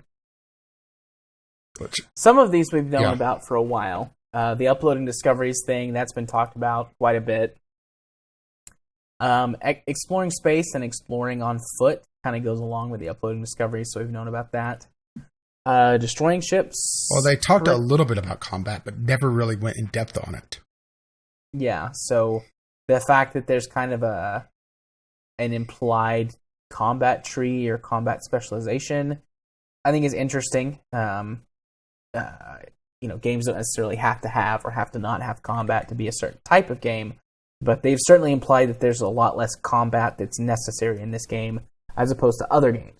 So the fact that a whole achievement system and probably in-game kind of tech tree is based around combat is interesting to me. Yeah. Alien colonist encounters. I don't think they've ever specifically shown in any trailer or anything aliens being in the game. But in a couple of press releases that they've shown or that they've put out, they briefly mentioned there are other alien races in the game that you can interact with, which is what the collecting words goes with, discovering, basically kind of Skyrim word walls of alien language that you can learn. So you shout at the enemy spaceships and they blow up? Yeah, something like that. I thought in space no one could hear you shout. Magic. Science magic. I didn't know that there were going to be alien colonists, though, if that is actually what it turns out to be.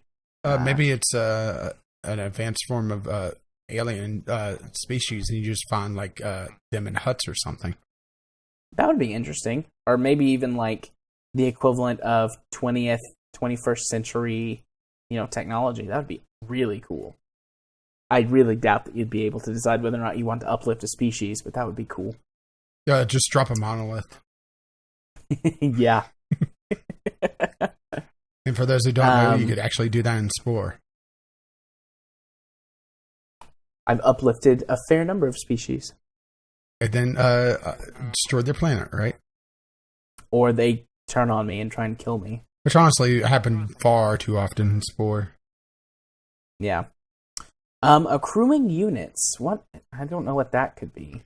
Unless it has to go along with the trade thing. Very possible.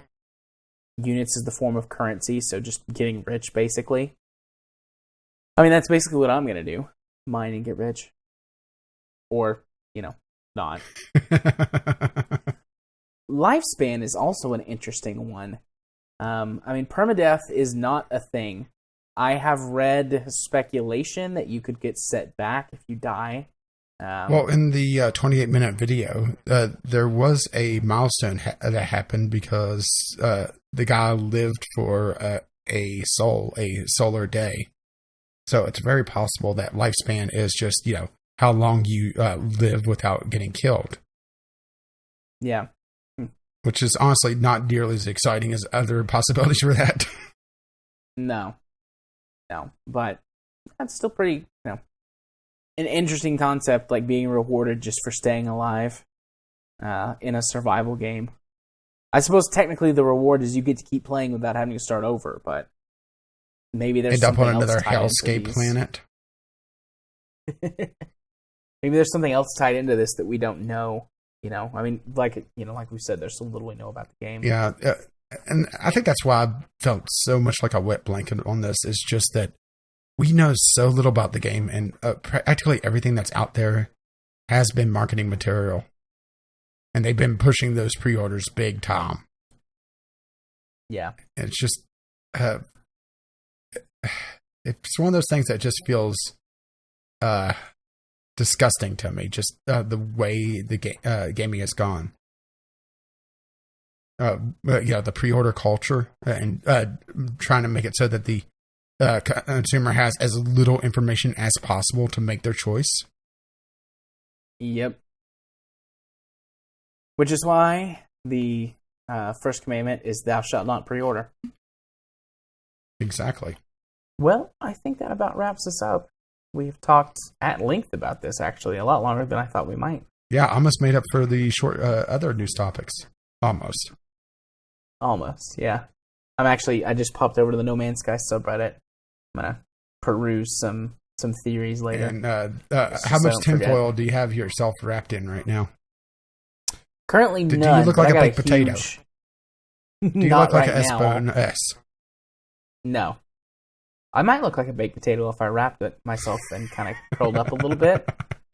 I think we have our Halloween costume this year.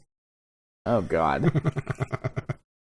Well, then let's move on to our community corner, which has, as usual, an audio letter provided to us from Kyle.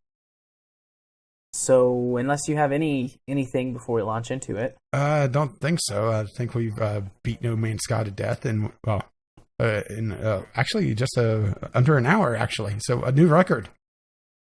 Yay! Then let's hear from Kyle. Here's Kyle. Greetings, J. Arthur and Caffeine Rage. This is Kyle coming at you about, Pokemon. See, Pokemon Go is kind of a big thing right now, and I don't think that it would be that popular if Pokemon wasn't attached to it. So I have to ask, why is Pokemon still so popular? Well, I would argue that it's because it is the one Nintendo franchise that has not had to fundamentally change its gameplay system to be relevant in the main games. See, I'm going to go back to my childhood, back to when I fired up Pokemon Red. See, it was an interesting game in that you were charged at the beginning with doing the task of collecting all 150 Pokemon in the land. Now, that was going to be a tall order, especially because in each of the two versions, Red and Blue, they had different Pokemon. For example, Red had Ekans, Blue had Sandslash, Red had Oddish, Blue had Bellsprout. Now, in order to get all 150, you would think, I just need a friend with the opposite version of the game than me. Well, it's not that simple. There were some Pokemon in the game that you couldn't get if you just had 2 copies of the game. You would need a third person to start trading with, or one of you would have to restart your game. And the Pokemon that would do that are the starters. You could only pick between the two of you, 2, and Eevee, a Pokemon which had 3 evolutions based on whichever stone you cram down its throat or whatever you do to make Pokemon evolve using stones. You could get a fire one, a water one, and an electric one, but that meant that you couldn't have just 2 copies of the game. Not to mention, you two would have to collaborate to pick up different fossils in Mount Moon. Now, that was your goal as given to you by Professor Oak. Now, let me ask you, has anybody out there actually done that with Pokemon Red and Blue back when it was contemporary? Because I didn't. I know that there's an item that you get from Professor Elm. I think it's a diploma or something, once you collect all 150, but that is not how most people played the game. They would get their starter Pokemon and go on a journey and start battling gym leaders and doing the casual JRPG stuff that has become basically iconic of the franchise. And essentially, what you would do is you would slowly forget about your quest to catch all 150 Pokemon. Now, in your quest, you would get kind of close. You'd see a cool Pokemon, you'd catch it. But realistically, it was about building up a core team of diverse battlers. Well, actually, this was blue and red, so anybody psychic would basically wreck everybody else and stomp over all of the gym leaders and gangs and rivals, in my case named Asphalt, who stood in your way. Which is kind of why I think Pokemon hasn't had to change its formula in 20 years. It's because they have the standard game where you are supposed to catch all of the Pokemon, i.e. what Pokemon Go is trying to get you to do, but also it offers you an alternative experience, which is kind of why I'm not interested in Pokemon Go. For me, Pokemon was never about catching all 150 Pokemon. Pokemon was about starting off with a team that was really small and working it up and making sure that you had all your types covered and just being able to respond to any situation. I don't really know if there was a point to this. All I know is that is why I think Pokemon Go is so popular, because Pokemon hasn't had to change up its franchise, and I think it is the only Nintendo formula that has not had to fundamentally change the way it is played in order to remain, competitive in the market. Mario had to move from 2D to 3D, and with the 3D platforming, you get some of the most precise 3D platforming on the market, but so too, you lose the simplicity of 2D, and they're actually starting to bring that back. Metroid made the shift to 3D and went from being a Metroidvania game, obviously, to more of a adventure game with guns. Even you take a look at Legend of Zelda. Legend of Zelda moved from 2D to 3D and became something else. I don't know. That's a whole story for another time. Maybe next week I'll talk about how the original Legend of Zelda and Dark Souls are basically the same game. Anyways, that was just my 2 cents. Hope y'all are having a good night. Alright, talk to you later. All right. Thank you, Kyle, for talking to us once again about the Pokemans. Rage, as our official note taker and beginner of discussions for like 99.999% of audio letters. Well, anything that you want to talk about? Well, the first thing I want is the Dark Souls and First Legend of Zelda being the same game. I'm much rather hear about that. I definitely want to hear that. Yes, I do want you to do that, Kyle. I would love that a lot. I mean, I never really made that connection, but Legend of Zelda is pretty hardcore. Well, the very first one, I should say. Yeah. With the Pokemon Go, I briefly, cause I had a client. I've got a couple clients who play Pokemon Go, and I had one of them come in yesterday, and he was like, "Dude, did you check out the what's happened around town with the new update?" And I was like, "No, I haven't played Pokemon Go in like 2 weeks." He was like, "You should totally check it out." So I've still got it installed on my phone, and so I opened it up, got the update, and then got to looking, and there's like 23 Pokestops now around the university campus, and I'm just like, oh god, because the next semester starts in 3 weeks, which means that there's going to be 5,000 kids tooling around campus, and I'm just driving to the clinic every day is going to be a nightmare, driving to and from. Because there's just going to be flocks of children everywhere that I'm going to run over.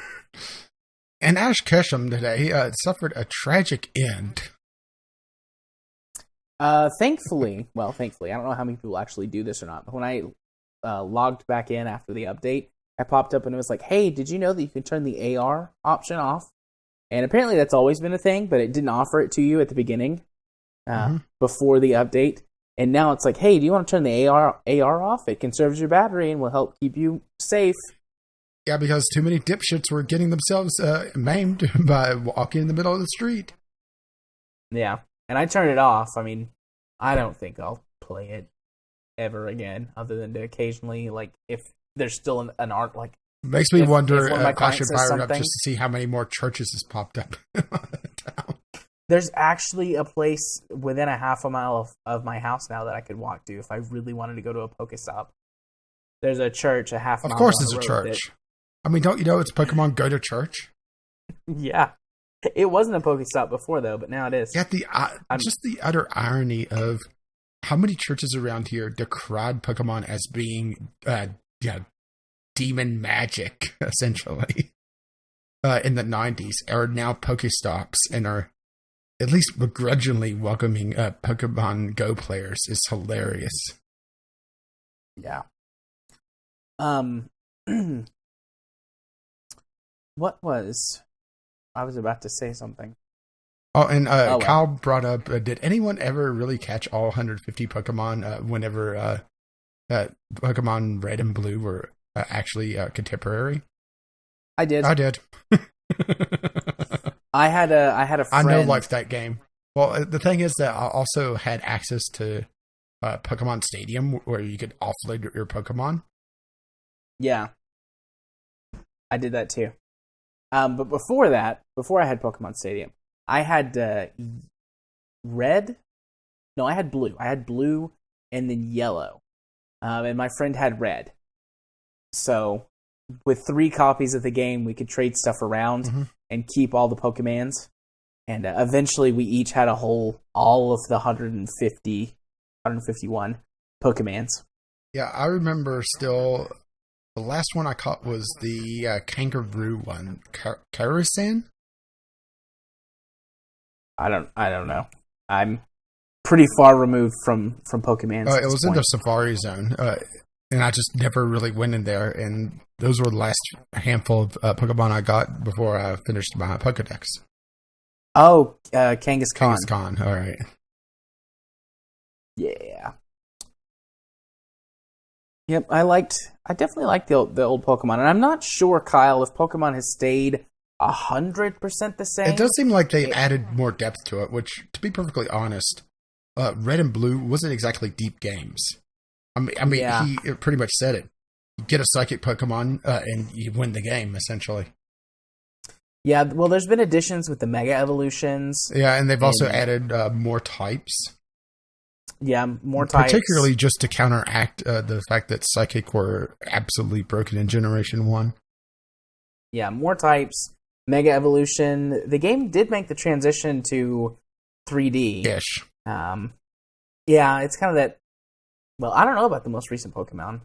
There was one where it was kind of that pseudo 3D, where it was like, well, this looks 3D, but I know it's kind of faked. I don't know if the most recent one actually had a full... Well, not a full, but a mostly 3D look. Let's just take a look. Pokemon X and Y, because that was the most recent one, right? That wasn't the re-release. This is not helpful at all. These are all cover images. Yeah, this is. I don't know. I don't know what I'd call that. Let me pull up a YouTube video. Elevator music time. Or again, just another large cut. Oh my gosh, I can't type. I'm saying Pokemans to be funny, and then I type in Pokemans, and it's like weird stuff comes up.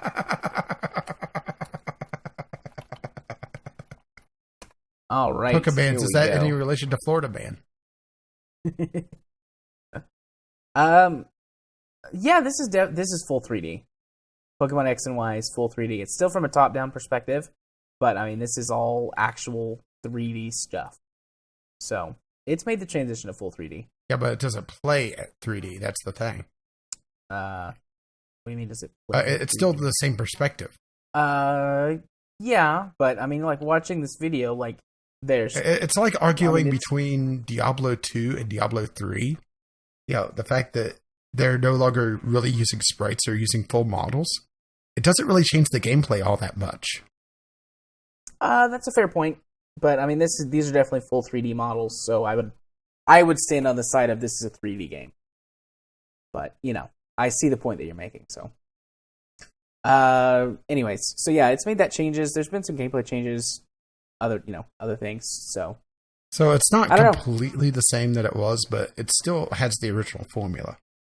Yeah, it's definitely not as drastic of a change as, say, Metroid, going from a platformer to a first-person shooter.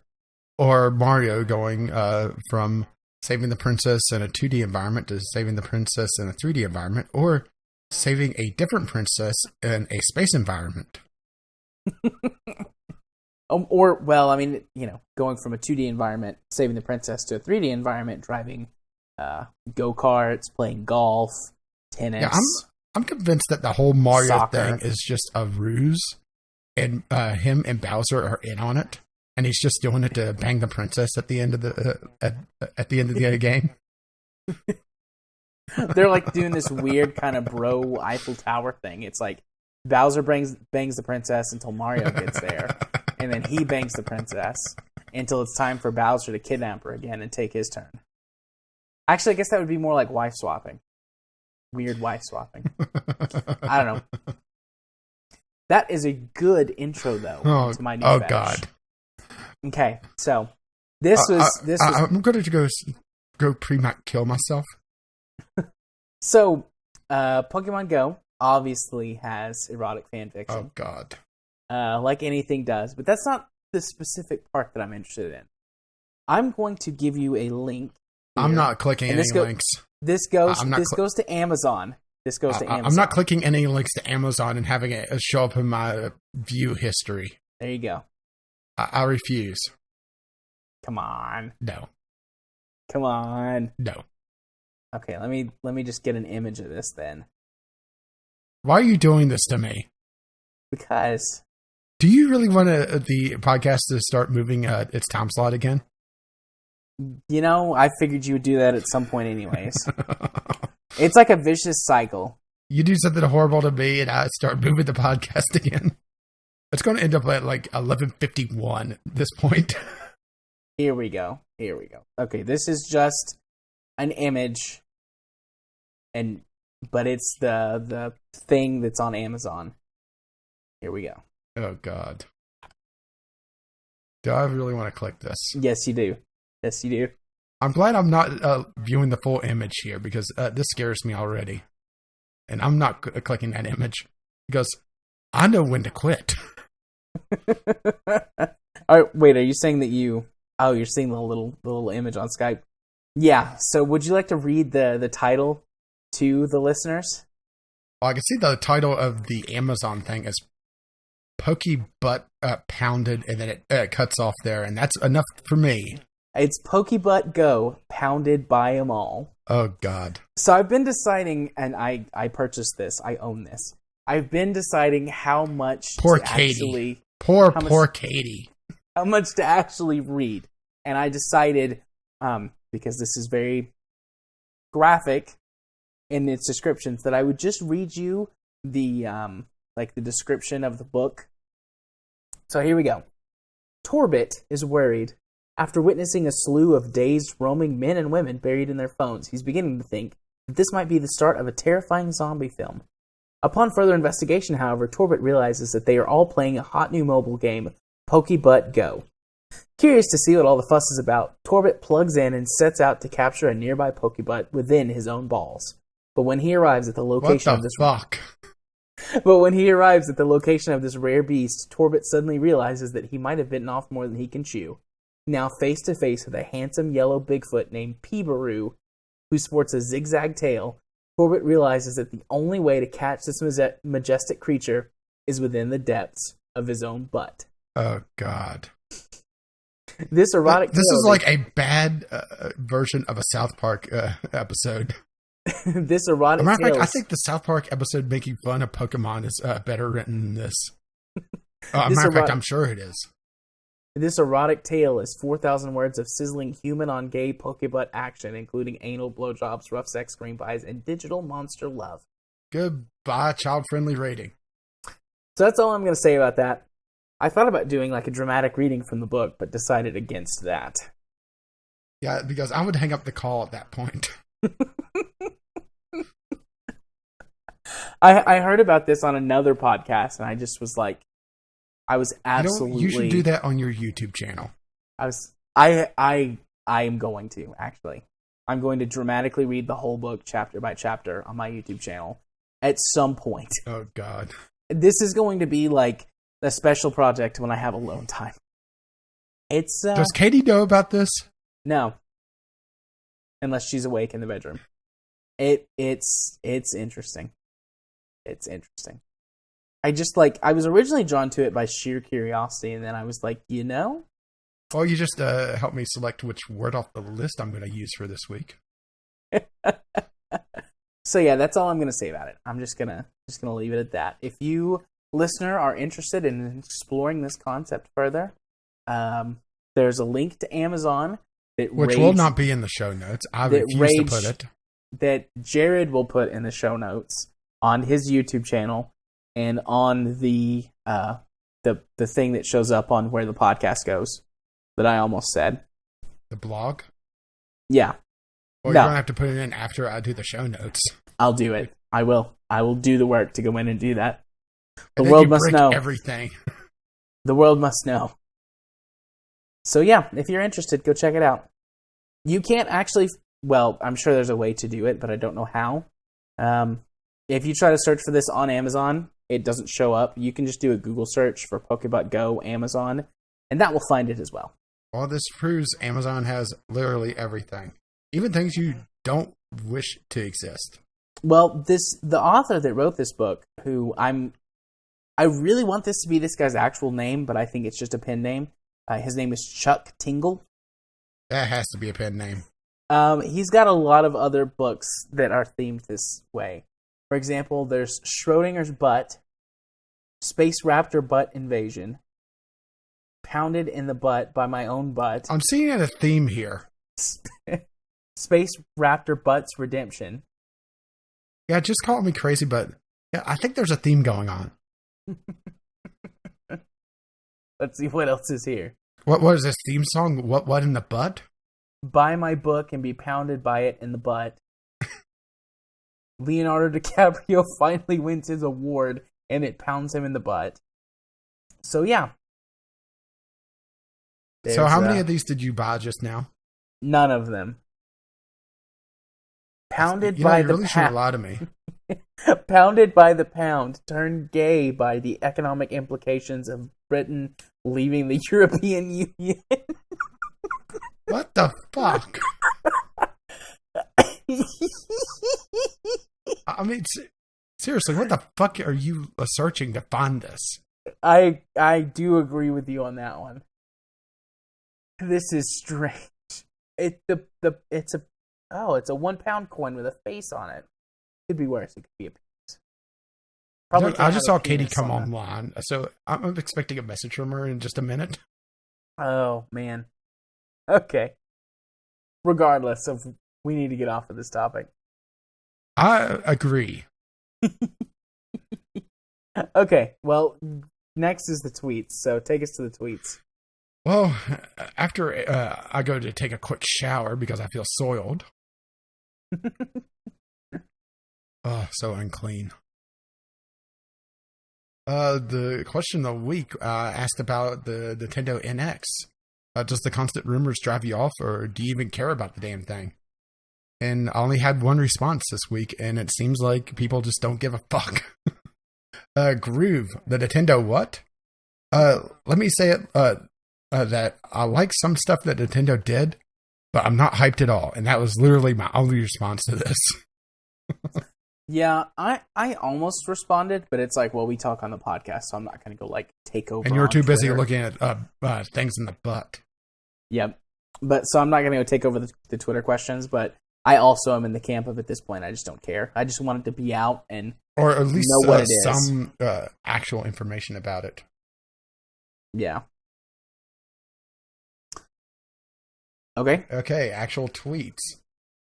Chemist uploading a 3-hour, 30-minute audio letter for VGL podcast. Suck it, Chocolate Audible. You can't out Chemist the Chemist. That's amazing. And then Kyle responds, well, maybe I will make my own podcast with Chemist with blackjack and hookers. In fact, forget the blackjack. You ever have the feeling of being a parent and watching two children fight over who's their favorite? Yeah, no. who's the favorite? No, but that I do get that. I think Kyle's my favorite just because he makes funny fan art of me, like the one from this week. Yeah, which I have retweeted already. Okay. Yeah, and I didn't really include that just because I retweeted it. It was all visual stuff. Right. Let's see. Chemist Just got a sneaky peek at the next VGL title. I like it. Well, he didn't get to see mine. And I actually liked mine. What was yours? I didn't go look at yours. Chemistry. Oh, nice. Was it tree as in Tree or Try? Try. Yeah. I would have went with Tree. Oh, so yeah, just split up the word. And then you could have put like 420 YOLO swag after the end of it. Sorry I wasn't playing Dirt 3 that week. Then Kyle responds, sounds, sorry, I'm, got my tweets a little mixed up. Sounds good. Good job. This was after he listened to it early, the cheeky little monkey. And he also says, yeah, listening early does help a lot with the audio letter recording. Yeah, that would give him more time to respond. Yeah. We have been getting audio letters from him like Sunday-ish. Yeah, we've gotten audio letters before. I've zeroed out everything. Yeah.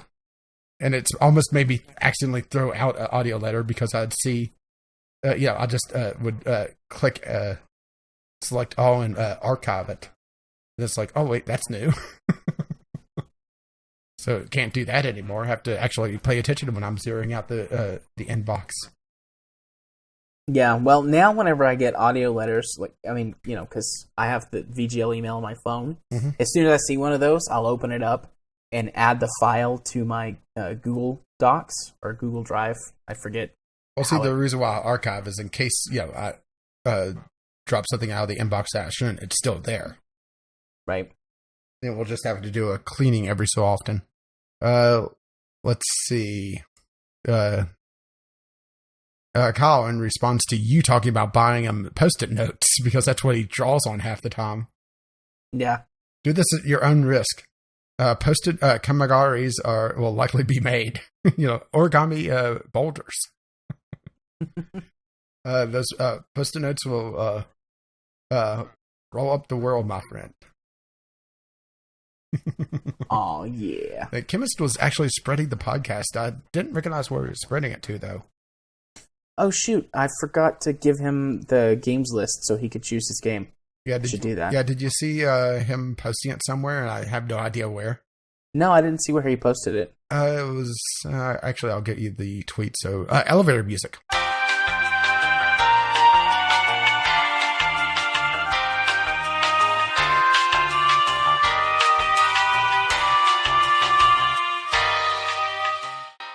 Yeah, there's 50% tangents.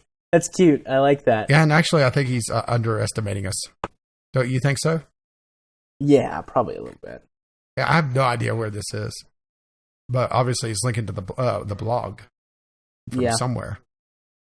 But thank you for that, chemist. And Jared will get your prize at some point when he remembers and stops being lazy.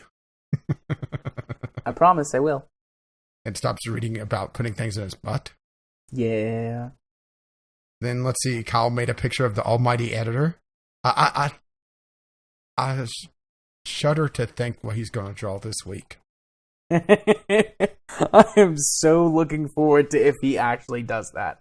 Although I won't fault him if he doesn't. Not everyone is as sexually liberated as I am. Or want to put Pokemon in your butt.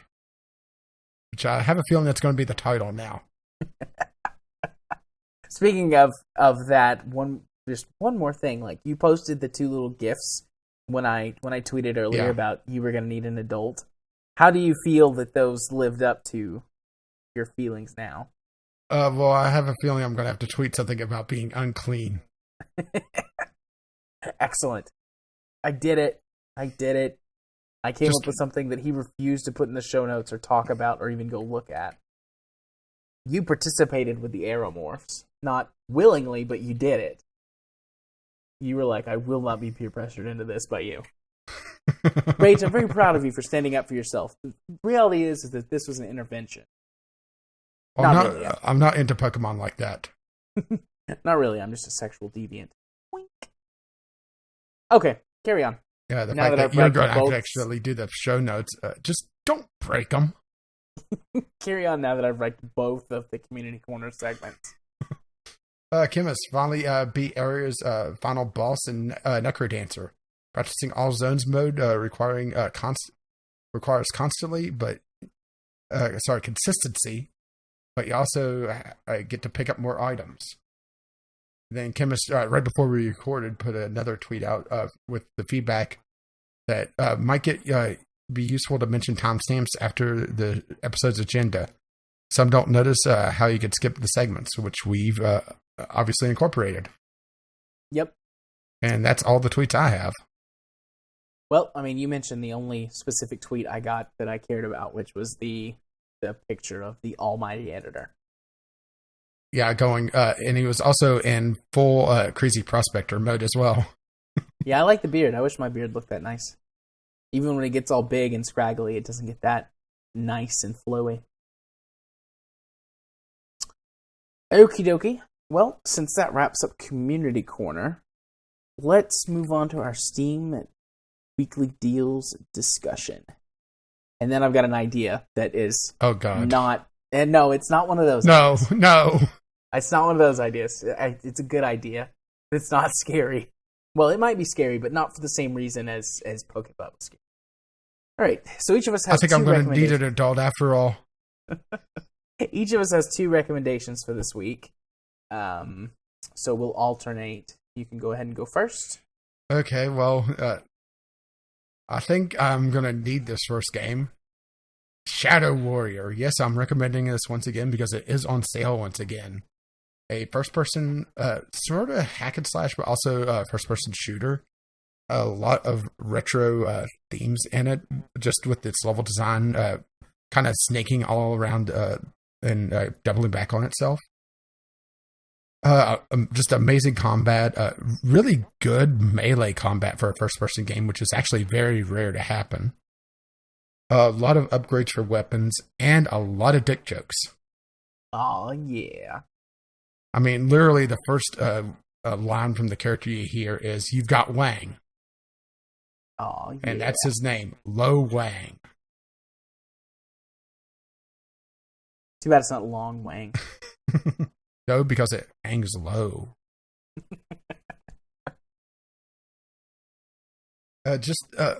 If you're not sure about the humor in this game, go watch I think it's the first trailer on the Steam page, where it's blasting "You've Got the Touch." And Lo Wang is singing along with it, and it gives you an idea of the humor in the game, because the other trailers don't really come across as this game being funny. My detriment to the game is that it does tend to repeat itself, but that does happen with really any game that has a lot of dialogue and a rather mouthy protagonist. So it's just, if you're going to be able to put up with Wang making the same joke every so often. It's normally $39.99, which for us, it's not really a AAA title, but at the same time, it's not really an indie title either. It's one of the weird AA titles that's still out there. It's, like I said, $39.99. It's 90% off. Bring it down to $3.99, and it is well worth that. You're looking at probably about 7 or 8 hours for your first playthrough, and it doesn't really have a lot of replayability to it. But they are going to be fixing that with the new Shadow Warrior, which is going to have built-in multiplayer, and it looks like they're leaning more towards a Borderlands 2-esque gameplay. Only it's actually going to have good gunplay. I liked Borderlands gunplay. Yeah, but everything got so damn bullet spongy. It did do that. But that was kind of the gist of the game. I don't know.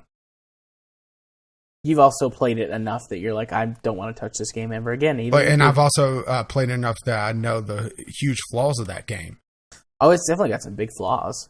I mean, just the fact that, played a couple times through and things start to get so bullet spongy that it's practically impossible to solo. I love Claptrap, though. I hated Claptrap with the burning passion of 1,000 suns. You would. Claptrap is, the kind of cheesy, stupid, silly I thing like that I cheesy, love. but the thing is that I think it was his voice. Oh, I love it. Let's just put it this way. I'm dancing. You're broke because I just busted you out in Poker Night in the inventory too. So go over there, sit down, and shut the fuck up. Oh. Rage put his angry pants on. I don't have issues, really. After subscription. Touche. All right. Well, my first game is Age of Gladiators. Age of Gladiators is a single-player strategy management game where you are in charge of a group of gladiators in ancient Rome. And the entire game is played in menus, even when you fight. Basically, you spend all your time training and leveling up your gladiators. So this is ancient Rome meets Eve online. Kind of, yeah. Basically, you spend all your time just training your gladiators, training them, making deals to get new and better gladiators, doing things like trying to fix fights and get extra information about your opponents that you couldn't get by bribing people, that sort of thing. And then when it actually comes to whatever it is that you're fighting, you get a little screen that's got some generic fighting background on it. It's just a static screen.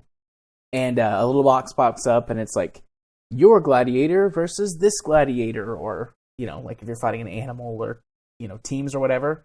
Got all that stuff listed, and it compares the stats, and you can choose do you want to be aggressive? Do you want to be defensive? Do you want to be balanced, that sort of thing? Do you want to lead our uprising and try to overtake Rome? Spartacus. I am Spartacus. I'm Spartacus, and so is my wife. But so anyways, you get choices along the way as you go through a battle to change tactics. Excuse me. Sorry. And it's just once the fighting starts, it's just hacking noises, sword slashing noises, and numbers pop up as it's the gladiators get hurt and all that sort of jazz. And that's the game. And you try to become the best gladiatorial team in Rome. And it is wonderful if you like stats and spreadsheets and that sort of thing. So I was right. It was EVE Online meets Gladiator Combat. Yeah, and I agreed. I said pretty much. Anyways, it's normally $10. It's 30% off, making it $7. So a little more expensive than what I usually recommend, but I more than make up for it with my next game. Well, I'm in the bargain bin for this one.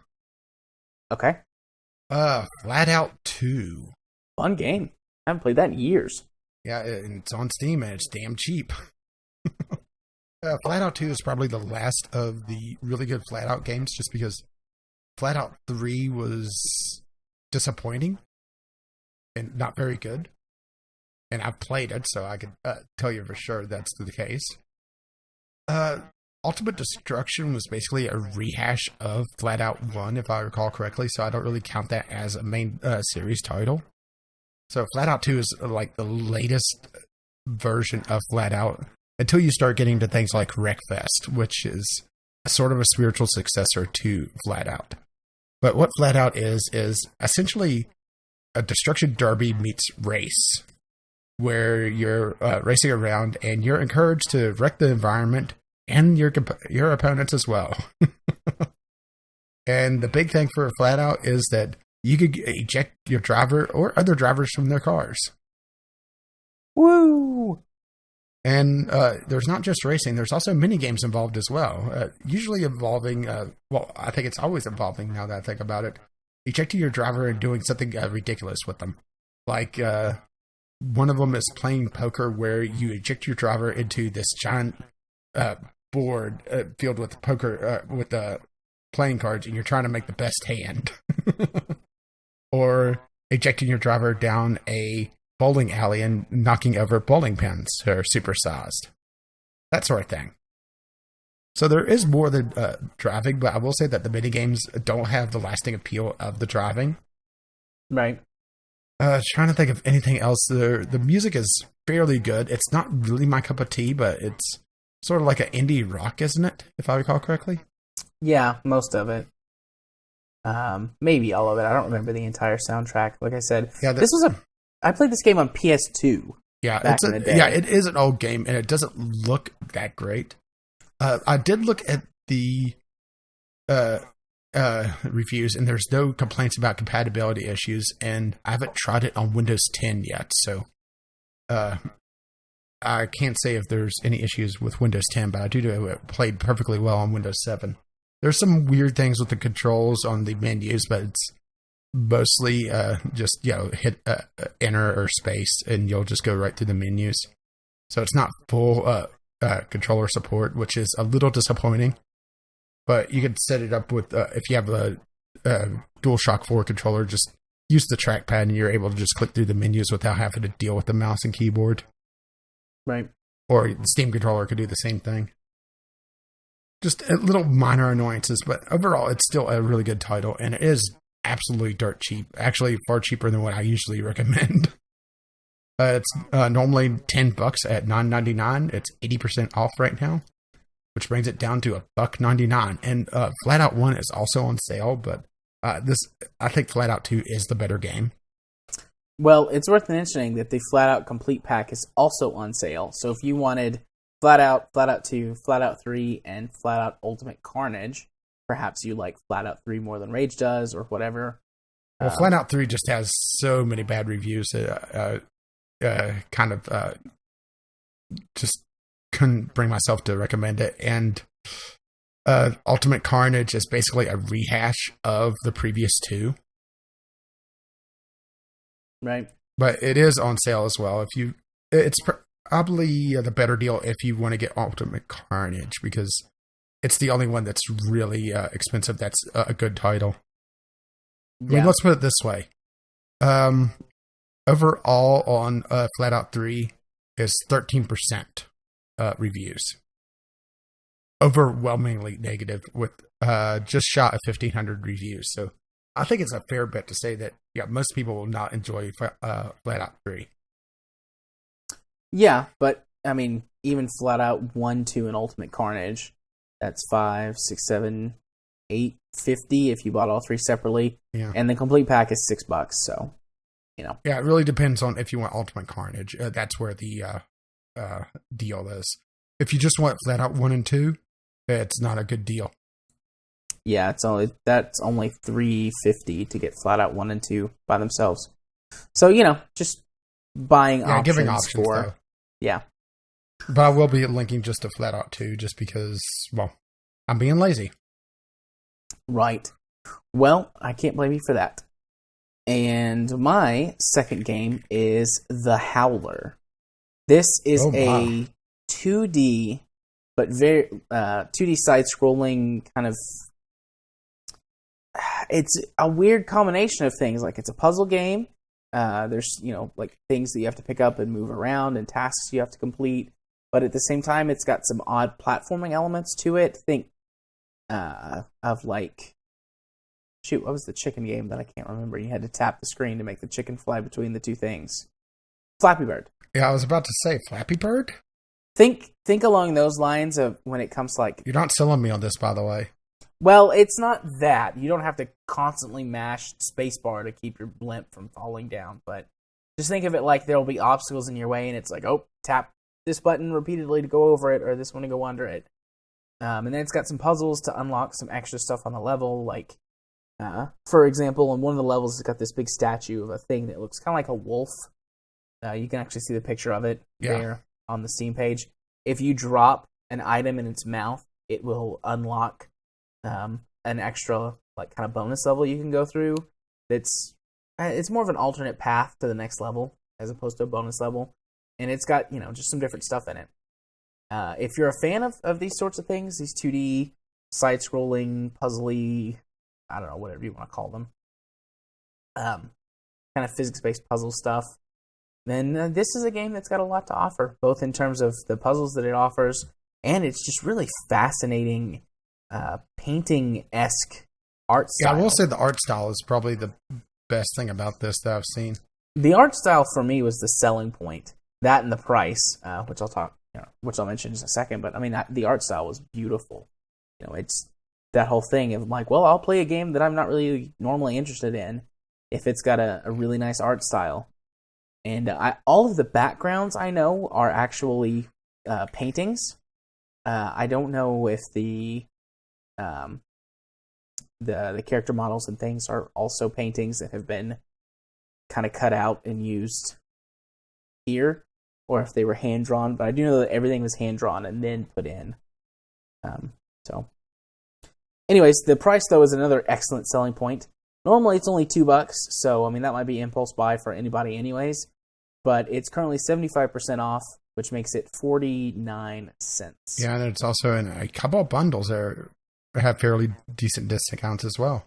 It's got Steam trading cards too, which the Steam trading cards for it are not, I mean, they're pretty low value, but still you can get roughly 20 cents out of it. So yeah, I'm just looking I'm looking at the bundles, and there's a couple decent games in here that are that comes along with it. Yeah. So you can buy the God bundle. What's in here? Detour, decent puzzle game. Battle Ranch, Flight of the Paladin, and the Odyssey Winds of Athena. I've not played any of those, so I don't know. The big one, I know Waveform is fairly good. Out There Somewhere is all right. If it's what I'm thinking it is. I've toyed around with it, but I haven't really done much in it. And I think that's all I really know out of this bundle. Yeah, I don't know very many games that exist in this bundle. But both bundles are pretty cheap. So if some of these other games in these bundles interest you, this could be a nice little value add. All right. Those are both of our games, or both of our Steam deals. Now, normally we would wander off and discuss what's going on our YouTube channels and all of that, but we're a little shy on time this week, despite having 4 news topics. So I've actually been thinking about this for a little while and have considered bringing it up to you at one point or another. And if I'd known the show, I'm scared, especially after what happened earlier. If I'd known the show was going to be this short, I would have brought it up sooner, and we might could have actually done one for this week. But how would you like to do a game club, kind of like a book club, but for video games? That's actually an interesting idea, and one that doesn't scare me completely. Because I mean, we talk about games on here a lot, but you and I play, in general, very different types or styles of games. Yeah, and I have an absolute ton of games in my backlog as well. Yeah, and I mean, I've got a pretty decent library. I mean, yours is huge, but mine's still a pretty decent size, and we've got a lot of overlap. Either bundles or now review copies actually makes up a good chunk of it. Yeah. I mean, This Is the Police was a review copy. Yeah. But I mean, we've got a lot of overlap in our libraries. There's a lot of free games out there that we could try and discuss. And I think that would be a fun little show segment that we could add. Perhaps we could drop another segment.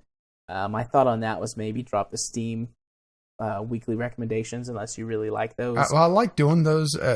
Some weeks there's absolutely nothing, but then there's weeks like this that I'll look at the list. It's like, oh, well, that's an easy pick, and that's an easy pick. Yeah. So I think it's maybe the Steam weekly pick should be only when there's actually good picks. Yeah.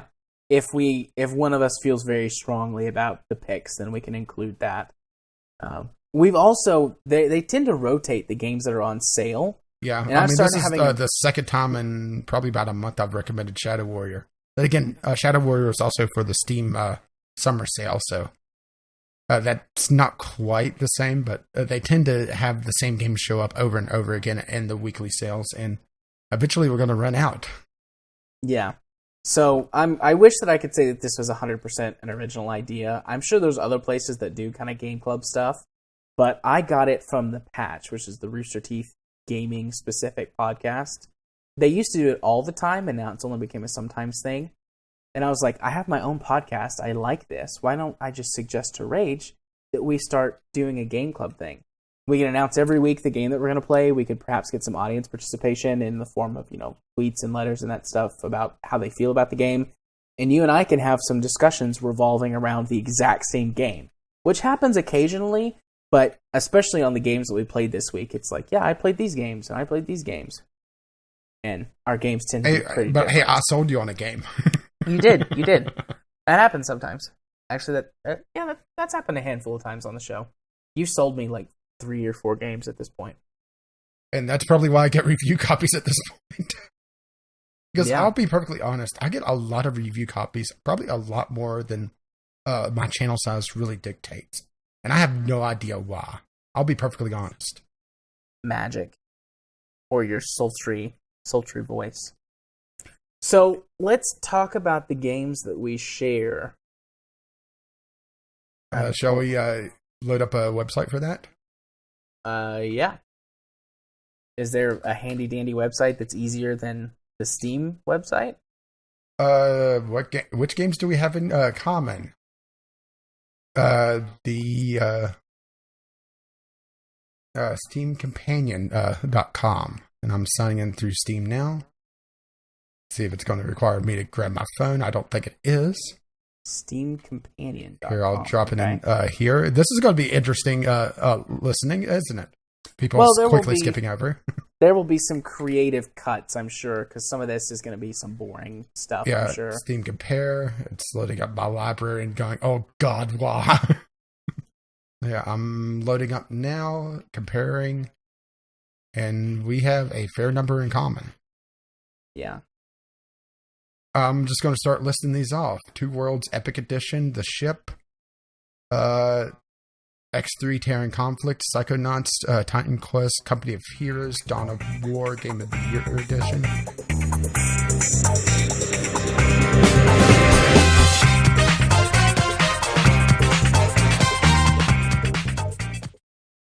Planets Under Attack, Kerbal Space Program, Far Cry 3.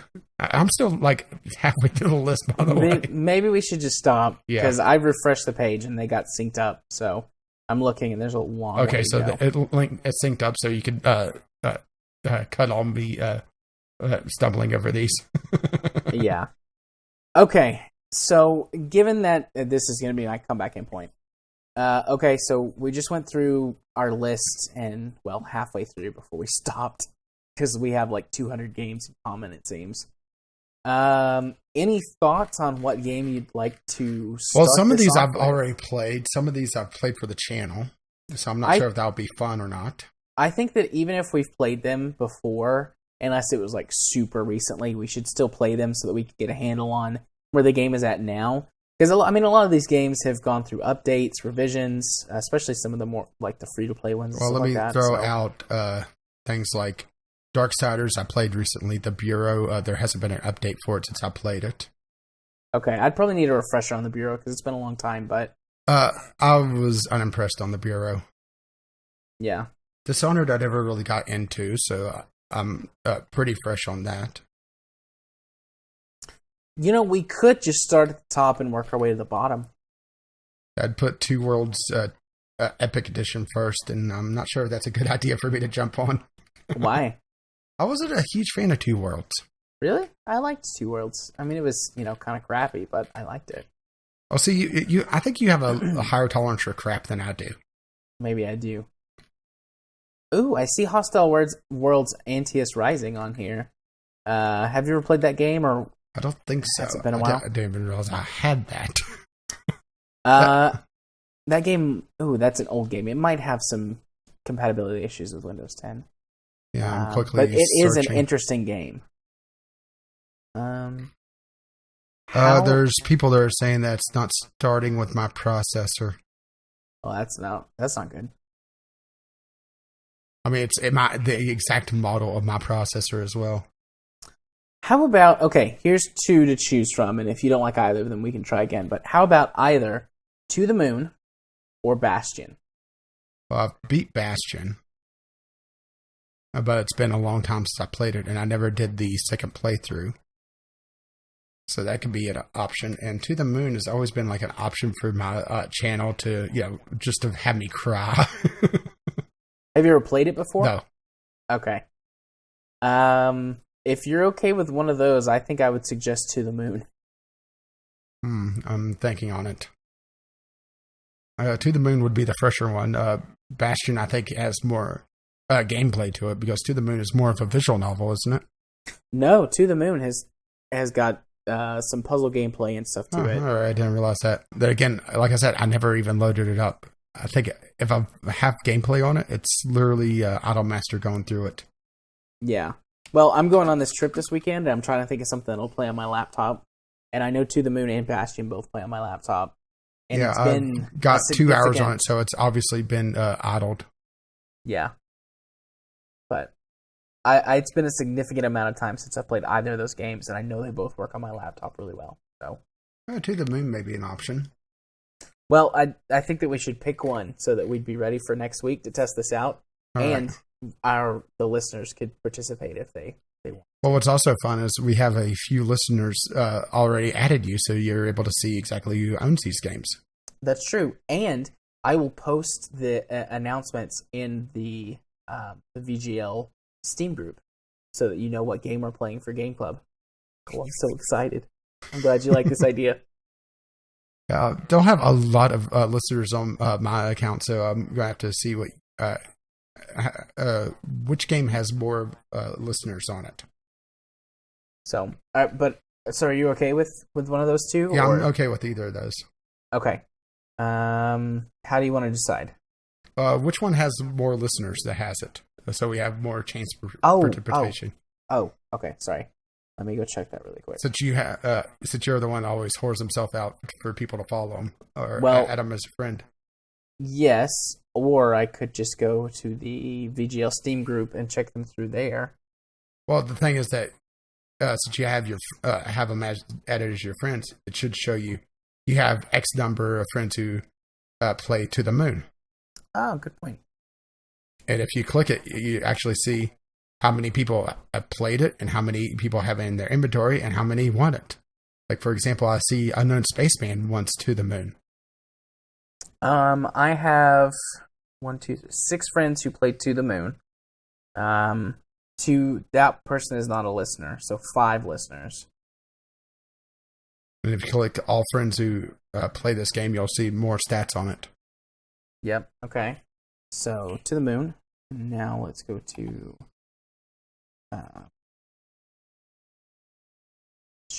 Bastion. Bastion. Ooh, 14 friends who play Bastion. It's like Bastion may be the winner. Yeah. Okay, we'll start with Bastion. I mean, eventually this won't be a metric that we'll follow. Yeah, just seeing if audience participation wants to be a thing.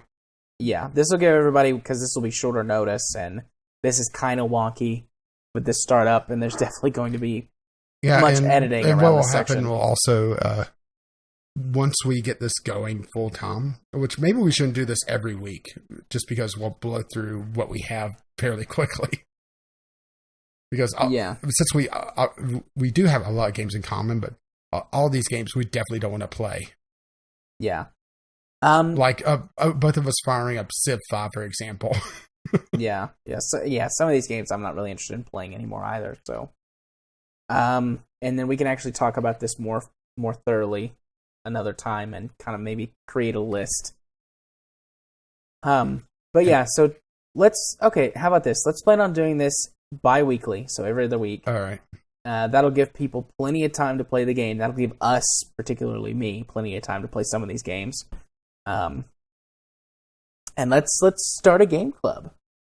And we'll start with this list, and as we go forward, we might purchase games. We'll be talking about Bastion on episode 31. Which episode is this? 29? Okay, so we got 2 weeks to play Bastion.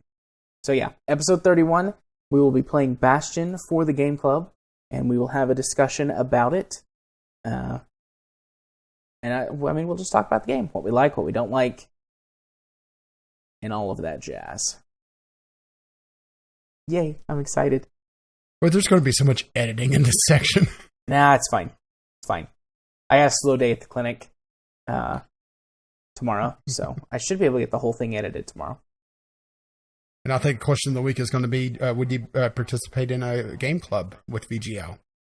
Yep. Obviously, our answer is yes. Well, how do you know about that? Because we're doing it. Unless you are lying to I'm me joking. and you're not going to participate. Okay. Well, with all of that out of the way and the mess that you've just listened through that I've managed to clean up a bit, what's coming up on your channel this week, Rach? Oh, well, this week sees the end of the interactive adventures of Dog Mendoza and Pizza Boy, finally, even though it should have ended last week. Just computer problems have prevented me from actually producing those episodes. I could have just pushed through, but the thing is I had one episode only partly rendered, and yeah. Trying to do that on the notebook would have probably caused it to just burst into flames. Because you heard what happened when I tried to record the podcast on it. Yeah. Sweet, delicious flames. So that means the choosing is happening, probably tonight, trying to figure out what I want to play next. And obviously it's not going to be Bastion. Choosing. I love the choosing. You don't care about what I choose, just the fact that I enter the choosing. I just love the concept of the choosing. Yeah, and I just sit here and I'm going through my list like, oh God, what am I going to play next? Because I can't even keep up with my sorting. That's the problem. Oh, I don't even bother anymore. Well, I know imagine. that there's a automatic program that will sort it. I'm tempted to try to use it, but the thing is that I have to be very careful on removing tags because my library is so large, I could actually crash Steam by removing tags from everything at once. Wow. Yeah. Fun times. I actually crashed Steam once because I just did a massive tag removal. Turns out didn't like that. But as I said, Dog Mendoza is going to wrap up on actually the day the podcast goes live. So that's going to be fun. Which means something new next week. I haven't figured it out yet. Victor Braun is still going strong. Actually ended up repeating an episode because I was so sick that I didn't render all my episodes. And I completely forgot that I recorded a section of the game. So I went to my rendered episodes and saw, okay, so that's where I stopped. I went there and then found when I went to number all my episodes, wait a minute, why is it saying that I have this episode of this number? Oh, shit. So that was my warm-up lap to just get over my illness, because that was actually the first time I recorded while I was at least somewhat well. I still had a bit of a cough, but yeah, my voice was back to somewhat normal. And then, of course, Terraria, which may see another bout of War Thunder. I have no idea what I'm going to do with those War Thunder videos. Just post them. Have fun with them. But the thing is, I still have Unearned Bounty as well as another special as well. So I have no idea what to do with the War Thunder that we recorded after recording Terraria. And another random game that honestly wasn't all that great. Fun times, huh?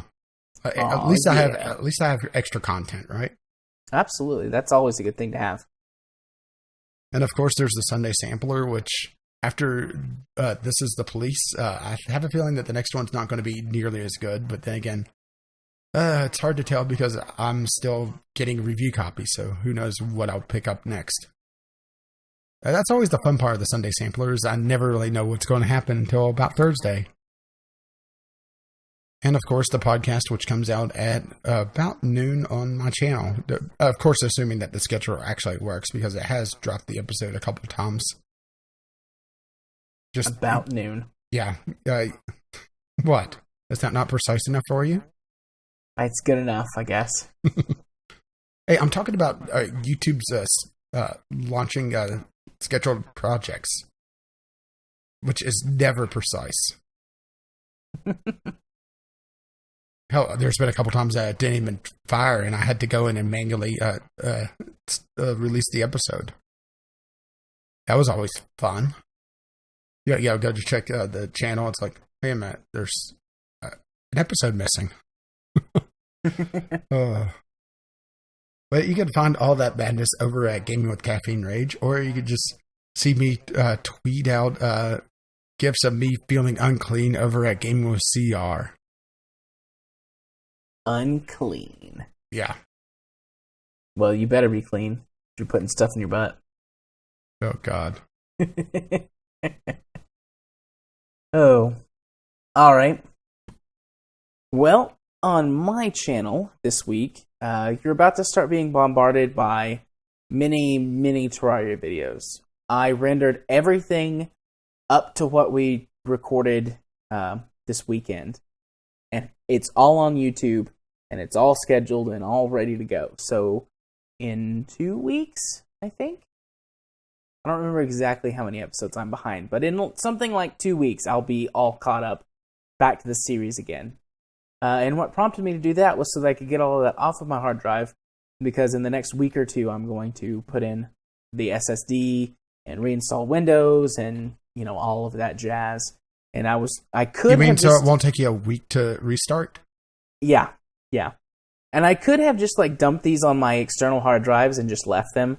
But I thought, no, I'm just going to go ahead and do them so that I don't have to worry about them during this whole transition. Because what if I accidentally drop or ruin one of the drives, moving stuff around, you know, that sort of thing. So just go ahead and get it done. So it's going to be Terraria for a while once the already scheduled videos have wrapped up, which they are a couple of War Thunder videos. And that's all there's going to be for a while, getting caught up on Terraria. So no need to talk about anything else that's in the pipeline. Although lots of them are going to be War Thunder videos. But again, I'm always working on fun stuff that I think is fun. So surprises inbound in a few weeks. But I'll talk more about those in a few weeks. Otherwise, yeah, you can watch me stream over on Twitch. Twitch.tv/jarthur4707 with War Thunder and other games. I've been considering just like streaming as I play games, which basically just means I'll be streaming whatever it is that I'm playing. I don't know if I'm going to do that or not though, because sometimes I have kind of like me time with games, and if I have a potential audience, it takes away some of that. So I guess it really depends on the mood, but if you want to see me stream more random stuff at random I'm just going to times, get a random call at some point. It's like, I need a co-host quick. Well, if you do want to see me stream games more often and kind of less, because I mean, you never know what I'm playing. You never know what I'm playing. I mean, here lately I've been on Anno and EDF, but I'm just as likely to be playing some kind of visual novel or weird little management game or whatever, so you never know what you're going to get. But I would do that if there's more interest for it. So you guys out there in podcast land, let me know. You can also follow me on Twitter at JMA4707, where I tweet about all kinds of interesting and strange things. Never know what you're going to get there either. Usually it's me griping about some kind of technology thing, but occasionally I tweet weird things. And I'll just leave it at that. You tweet weird things? No. And if you're not on my YouTube channel and you want to go to my YouTube channel, you can search the YouTubes for Gaming Psychologist, and I'll be there for you. But with much less singing, usually. And that about wraps up my stuff. Steam. Oh, right. I forget about that. If you want to be my friend on Steam, it's jarthur4707. I accept all friend requests and all conversations. Although if I don't respond, and it says that I'm sitting in a game, I'm not ignoring you. I'm probably running Idlemaster while I do something else to get Steam trading cards. And the password for this week is improper. Improper. That is a very proper password for what has gone on this week. No. Like I said, you picked the password this week. I'm very proud of my choice. Oh, trust me, I had a choice between that one and another one. I'm sure we'll learn about the other one soon enough. Yeah, and every time I use one, I try to replace it with at least 2 other passwords. So I'm never going to run low, hopefully. Wow. Fancy. Well, yeah, that does it for me, so. Yeah, so that means it's time to start wrapping things up. We want to thank the Internet Archive for unknowingly supporting this absolute monstrosity of a podcast. Yep. And the fact that I missed doing plugs for both the Steam group, steamcommunity.com/group/VGL podcast, and the curator because I was too distracted. Which is a separate subsection of the Steam group, which houses the master list of our past recommendations and games that we talked about. And I should contact Kyle and Chemist to get their thoughts on the games that they talked about as well. Now that I really think about it, even though Chemist, trying to get him to boil down Crypt of the Necrodancer in less than 140 characters, that's going to be fun. You can do it. But if you wish to email us and reprimand Jared for what he's done this week, you can do so at vglpodcast@gmail.com, or you can just tweet us at VGLpodcast on Twitter. And of course, just also the Steam group as well, which, like I said, is steamcommunity.com/group/VGL podcast. If you wish to, for some reason, support us financially, you can do so on Patreon, patreon.com/VGL podcast. And if you're listening to us on YouTube, we have a RSS feed, which is on our blog, videogamelogicpodcast.blogspot.com. And we're also on iTunes, Google Play, wherever Chemist was plugging us, and whatever random site Jared has pulled out of his butt. And that phrase has a whole new meaning this week. Our intro and outro music is On the Ground by Kevin McLeod, and you can find his work at Computech.com. And as his lovely music starts to roll across my voice, bye-bye now. Oh, God, wow. I'll take that as your see you next time and say bye-bye.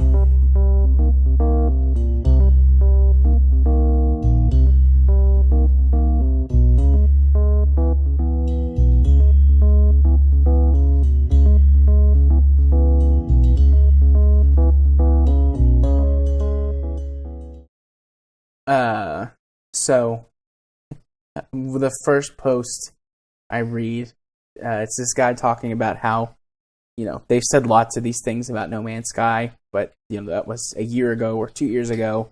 A lot could have changed since then. We'll know more when reviews come out. That's the gist of what this guy wrote in. Mm-hmm. The top number one comment on it is, "Easy there, buddy. Logic doesn't sit well around here lately."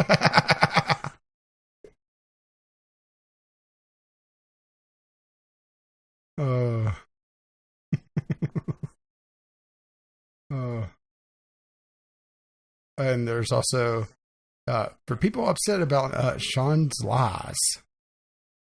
Yeah, that's the one I'm talking about. Oh, okay. Yeah, his post is, basically like, hey, there's, a lot of things could change. Top comment, "Easy there, buddy. Logic doesn't sit well around here lately." Oh, next week's going to be glorious, and I'm not sure if it's going to be for the reason that they want it to be. I'm looking forward to it.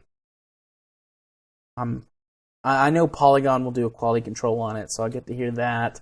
I know Jim, he said that he's going to do a No Man's Sky. It just might take a couple of weeks, so I'm looking forward to that. We'll see what TV does. You know what I'm looking forward to? What? Zero punctuation. Oh, yes. I loved his Elite Dangerous Zero Punctuation review.